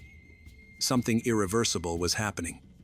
Without hesitation, she dialed the police. The station was close by, and officers reached the building within minutes. The neighbor led them upstairs to the third floor. They knocked on the apartment door. To their shock, Pablo himself opened it. Before the officers could even ask what had happened, he admitted he had hurt his mother. The officers rushed inside. The scene was chaos. Overturned furniture, broken objects scattered across the room. But the true horror lay in the bedroom. On the floor was Lucia Juliana Pinto, lifeless, her body bearing dozens of wounds. Nearby, on the dining table, a bloodied kitchen knife, the suspected weapon. News of the tragedy spread rapidly through the neighborhood. Neighbors gathered outside the building, many in tears, others simply stunned. For years, some had feared this day might come, but nothing prepared them for the reality. Pablo was arrested on the spot and identified as the prime suspect. Authorities sealed off the apartment, and Lucia's body was transferred to the morgue for autopsy. As the stretcher was carried out, silence fell over the street, broken only by whispered conversations about the years of abuse Lucia had endured for the son she never stopped supporting. Not long after, Pablo confessed. He was handed over to the Colombian Attorney General's office, where formal charges were filed. Later that evening, the commander of Bucaramanga's police addressed the press. He described the killing as an irrational outburst, likely fueled by psychoactive substances. The forensic report revealed the chilling truth. Lucia had been stabbed 32 times the following day, Friday, the 22nd of September, 2023. Pablo was brought before a judge for his first formal hearing. The prosecution presented damning evidence, neighbor testimonies, signs of a violent struggle throughout the apartment, and Pablo's own confession. According to the judge's reconstruction, based on police reports, Lucia had died only minutes before officers forced their way inside. The judge highlighted Pablo's long history of domestic abuse, most of it directed at his mother, and described the act as one of extreme cruelty, driven by deep-seated hatred despite her lifelong devotion to him. Psychological experts confirmed that while Pablo battled addiction, he was fully aware of his actions at the time of the crime.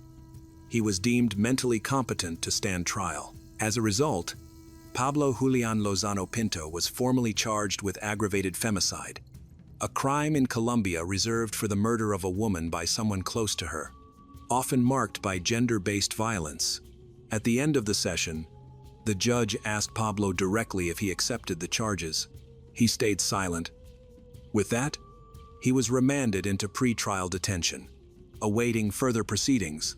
If convicted, he faced between 21 and 41 years in prison on the 20th of February, 2024. Exactly 5 months after the murder, the case finally reached its conclusion. Pablo's trial was held via video conference. From inside his detention center, he appeared before a sentencing judge in a single public hearing. The prosecution presented its final arguments, emphasizing how Pablo's addiction had destroyed not only his own future, but the lives of those closest to him. They also reminded the court of the enduring love of his mother, who, despite years of abuse, had never abandoned him. Faced with overwhelming evidence and unable to deny responsibility any longer, Pablo finally admitted his guilt. The judge delivered the verdict, sentencing Pablo Julian Lozano Pinto to 40 years and 2 months in prison. Soon after, Pablo was transferred to a maximum security prison in Girón, Santander. From that moment, silence fell over the family. They were left grieving not only the violent loss of Lucia, but also the downfall of Pablo, as a brother, and now a convicted murderer. Her husband, now widowed, stood beside his daughters and extended family, united in mourning. When asked, they shared only one wish: that Pablo be held fully accountable, and that he would never again have the chance to harm another human being. Lucia Juliana Pinto's story is one of love, sacrifice, and resilience. A woman who gave everything for her children, even when it meant carrying unbearable pain. While justice has now been served in the courtroom, the scars remain. For her family, the absence of Lucia is an unfillable void. And for her community, her story serves as a haunting reminder of how fragile peace can be inside our own homes.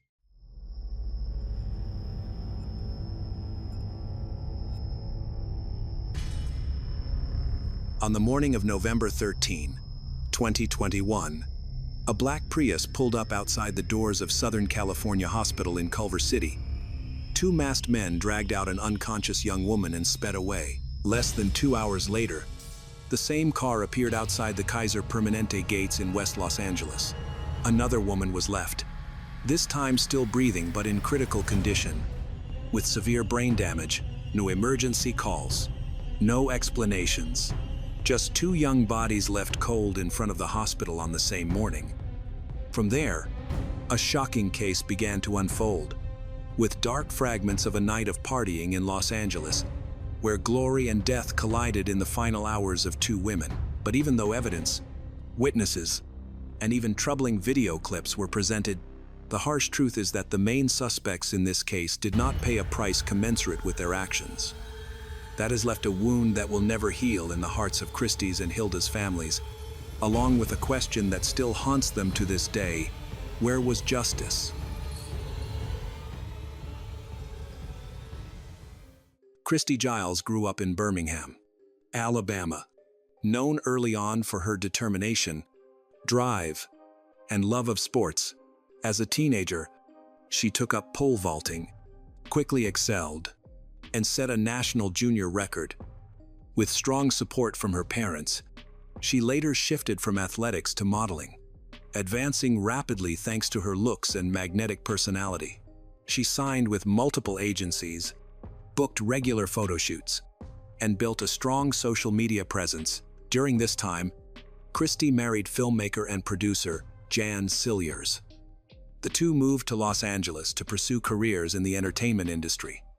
By the age of 24, Christy had built a large network of contacts, a solid portfolio, and a steady job. She felt confident about her future. Hilda Marcela Cabrales was born and raised in Mexico. Her father worked in construction, and her mother was a medical professional. In her family, education was always a top priority. She was a good student and chose architecture as her field of study.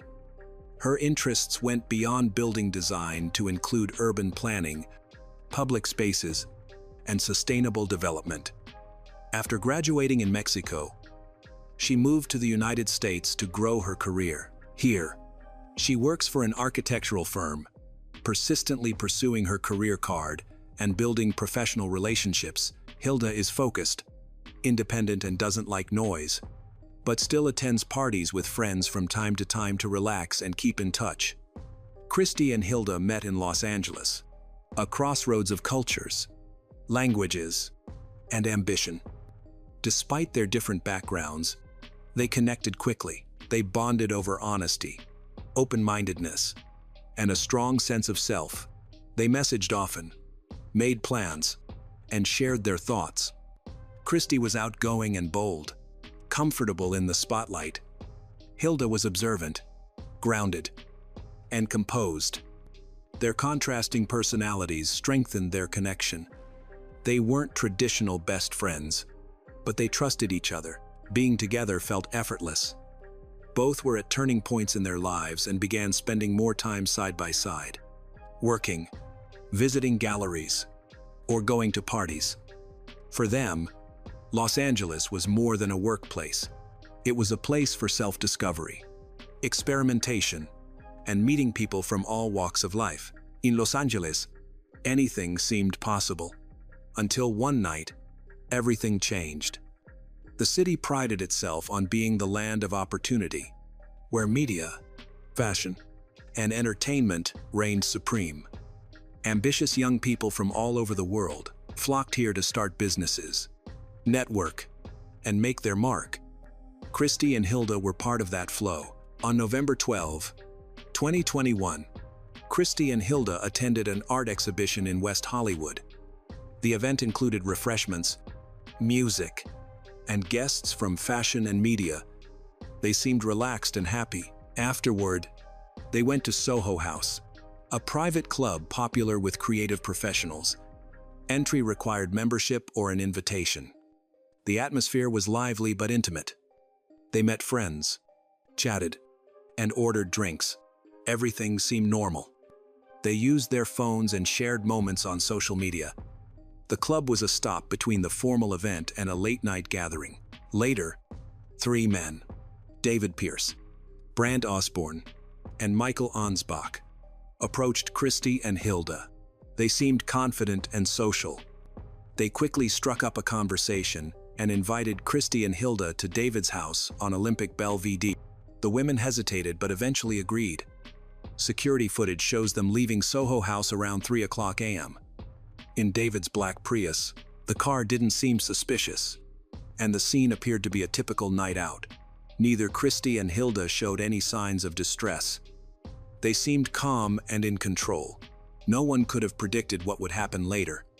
Meeting new people is common in big cities, and usually nothing bad happens. However, in this case, their decision would have serious consequences. David Pierce claimed to be a film director and producer. Brant Osborne said he was a prop assistant in television, and Michael Ansbach presented himself as a photographer. They seemed like typical people connected to the entertainment industry in Los Angeles. Investigators later learned that David had worked in the industry but had limited success. He used social media to create an image of a professional and to connect with models for private gatherings. Several women reported that he had offered them movie roles or invitations to exclusive parties. There had been anonymous complaints about him, but no formal action had been taken. Brant Osborne was quieter. He worked behind the scenes in film and had contacts in technical crews. He was comfortable in clubs and easily started conversations but rarely stood out. His behavior never seemed suspicious. Michael Ansbach worked in photography and video production. He was generally quiet, speaking less than the others, but participated when necessary. According to investigators, the three men, David, Brant, and Michael, knew each other and had met at industry events. They appeared friendly, showing interest in Christy and Hilda by chatting and asking about their work. They exhibited no aggressive actions or exerted any pressure on the two women. The situation developed rapidly. Within hours, Christy and Hilda, who seemed conscious and in control, became completely unreachable. On the morning of November 13, 2021, their friends and family became increasingly concerned. At first, their silence was dismissed as normal after a late night, but by midday, it was clear that something was wrong. Christy wasn't answering her husband, Jan Cillier's calls. He was out of town, and she usually stayed in close contact with him. Hilda had also gone silent. Her co-workers hadn't heard from her. Texts were unanswered. Their phones were either off or out of range. Worry increased with each passing hour. One crucial clue came at 5:30 a.m. when Christy sent a single word, "Help," to a shared iMessage group. It had no location or context. At first, friends thought it might be a mistake. But as the hours passed without further communication, it became a final cry for help. This was the last sign that Christy and Hilda were still alive. At 11:12 a.m., a black car stopped outside Southern California Hospital in Culver City. Two men in medical masks pulled an unresponsive woman from the vehicle, then sped away. It was Christy. Staff tried to resuscitate her, but she died. She carried no identification. Her identity was confirmed later. Less than 2 hours later, the same scenario unfolded at Kaiser Permanente in West Los Angeles. The same car, the same two men. This time, they left Hilda at the entrance and disappeared again. Hilda was alive, but in critical condition. She was placed on a ventilator and put into a medically induced coma. Her condition suggested an overdose. She had no identification. Hospital staff identified her later and notified her father in Mexico. Christy and Hilda were dropped off at hospitals, hours apart, with no names and no explanation. Both were listed as unknown patients. This immediately alarmed hospital staff and police. Surveillance video showed a black Toyota Prius with no front license plate. The driver wore a mask, avoided eye contact, said nothing to staff, and moved quickly, suggesting an effort to hide his identity. Law enforcement cross-checked missing person reports with hospital admissions, officially identifying Christy and Hilda. A criminal investigation began. Friends and colleagues amplified the story on social media. Hashtags trended as people demanded answers, surveillance footage, the driver's identity, and explanations for the lack of a 911 call. Christy's husband, Jan, hired legal counsel and pushed for public attention.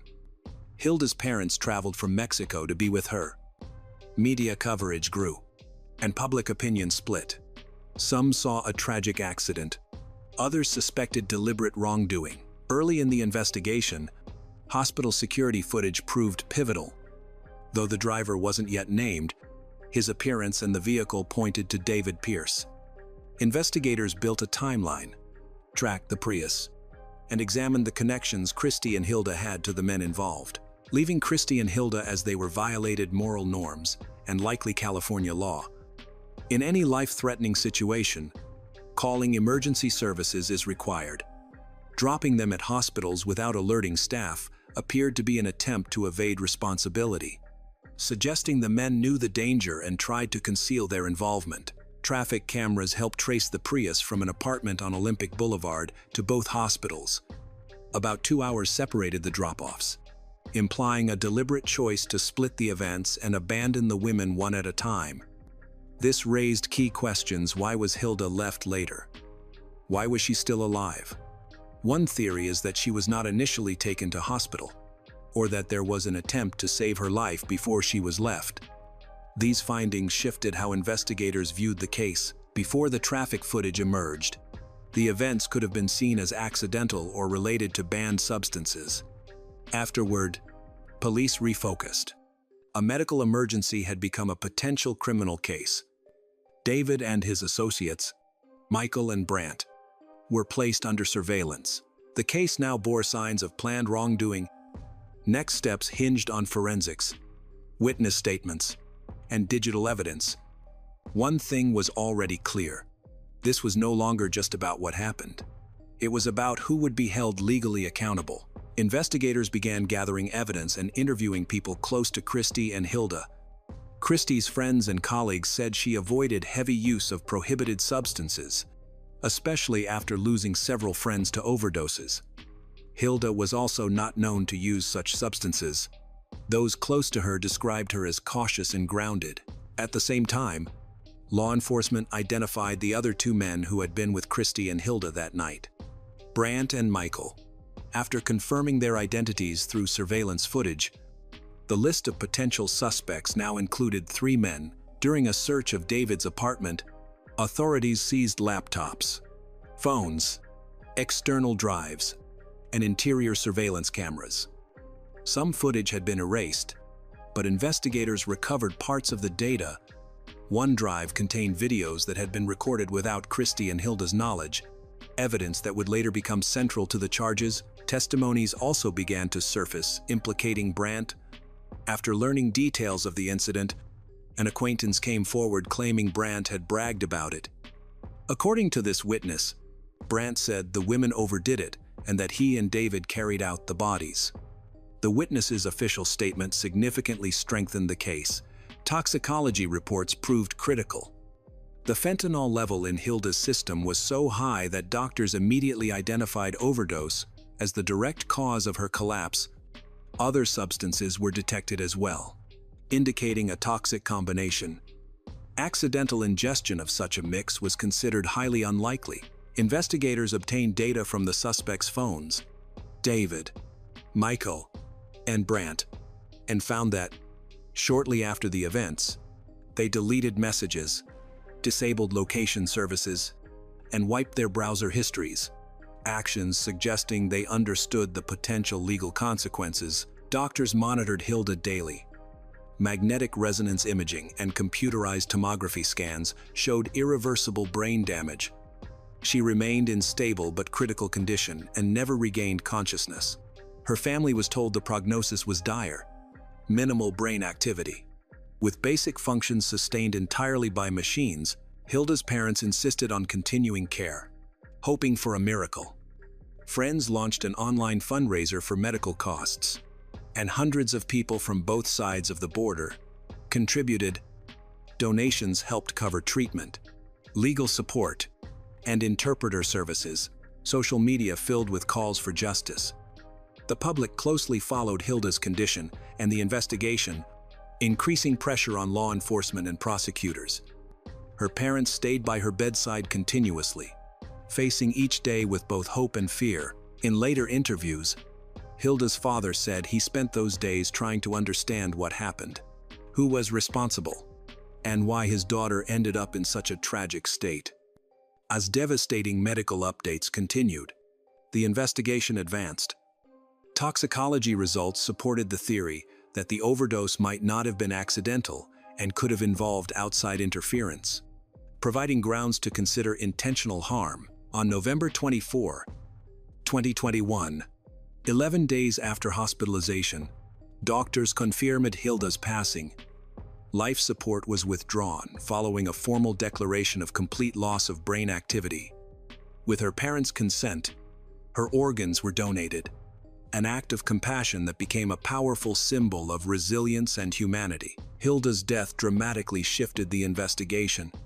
What initially looked like an overdose became a case with 2 fatalities. The legal approach evolved. Early charges of failure to render aid and attempting to conceal facts were now accompanied by more serious allegations, including potential involuntary or intentional manslaughter. On December 29, 2021, David Pierce was arrested at his apartment.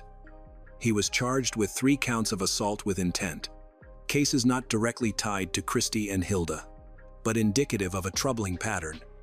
2 people had previously filed complaints against David before the incident involving Christy and Hilda. Those cases had stalled, but were reopened under public pressure and added to the ongoing investigation. David was booked into county jail, and a judge set his bail at $1 million. The families of Christy and Hilda opposed his release, arguing that his access to restricted substances and alleged attempts to conceal serious events made him a danger. David's defense countered that the claims were speculative and lacked direct evidence linking him to Christy's and Hilda's deaths. Soon after, Brandt was arrested in Riverside County, where he had temporarily relocated. He was charged with evidence tampering and failure to render aid. Prosecutors argued that his actions showed a measure of responsibility for what happened. After being transported to Los Angeles, Brandt was questioned and then released on bail. Michael was identified as a third person of interest. Although he was present at the apartment and took part in events that night, he was not immediately arrested.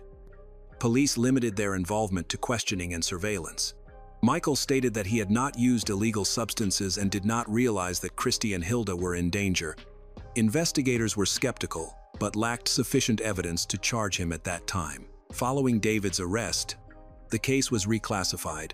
The investigation shifted from viewing the incident as a fatal overdose to a potential criminal act involving non-consensual behavior and intentional harm.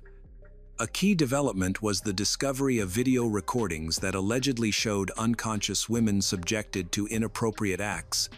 While these videos did not explicitly feature Christy or Hilda, they reinforced a disturbing pattern attributed to David.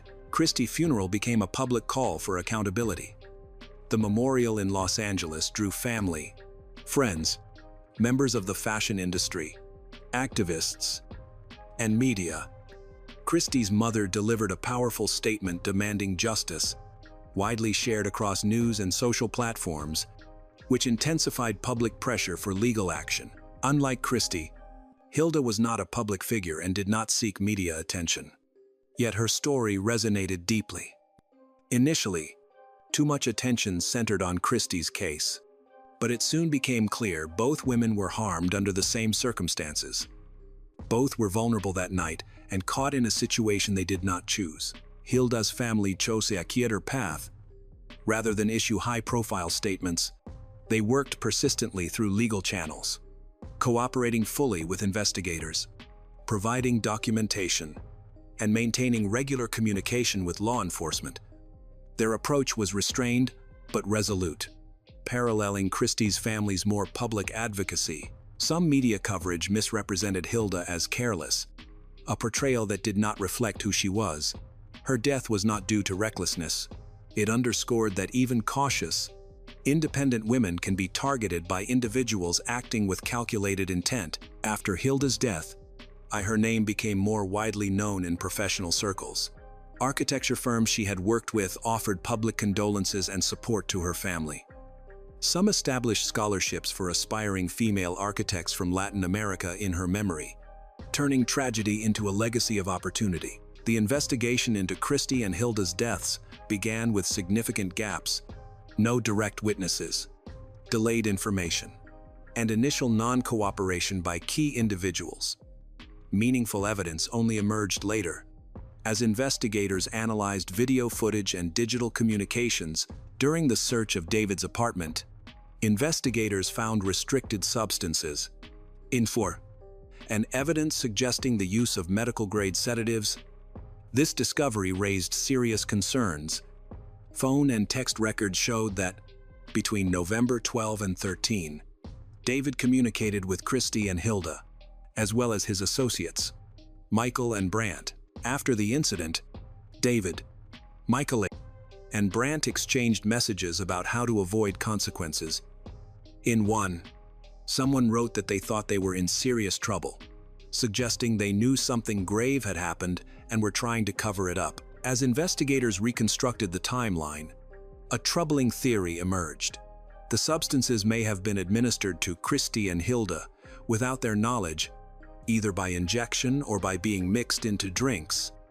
During pre-trial proceedings, David tried to shift blame to Brandt and Michael, claiming they knew what was happening and could have intervened. Several of David's former acquaintances then described him as manipulative, narcissistic, and aggressive.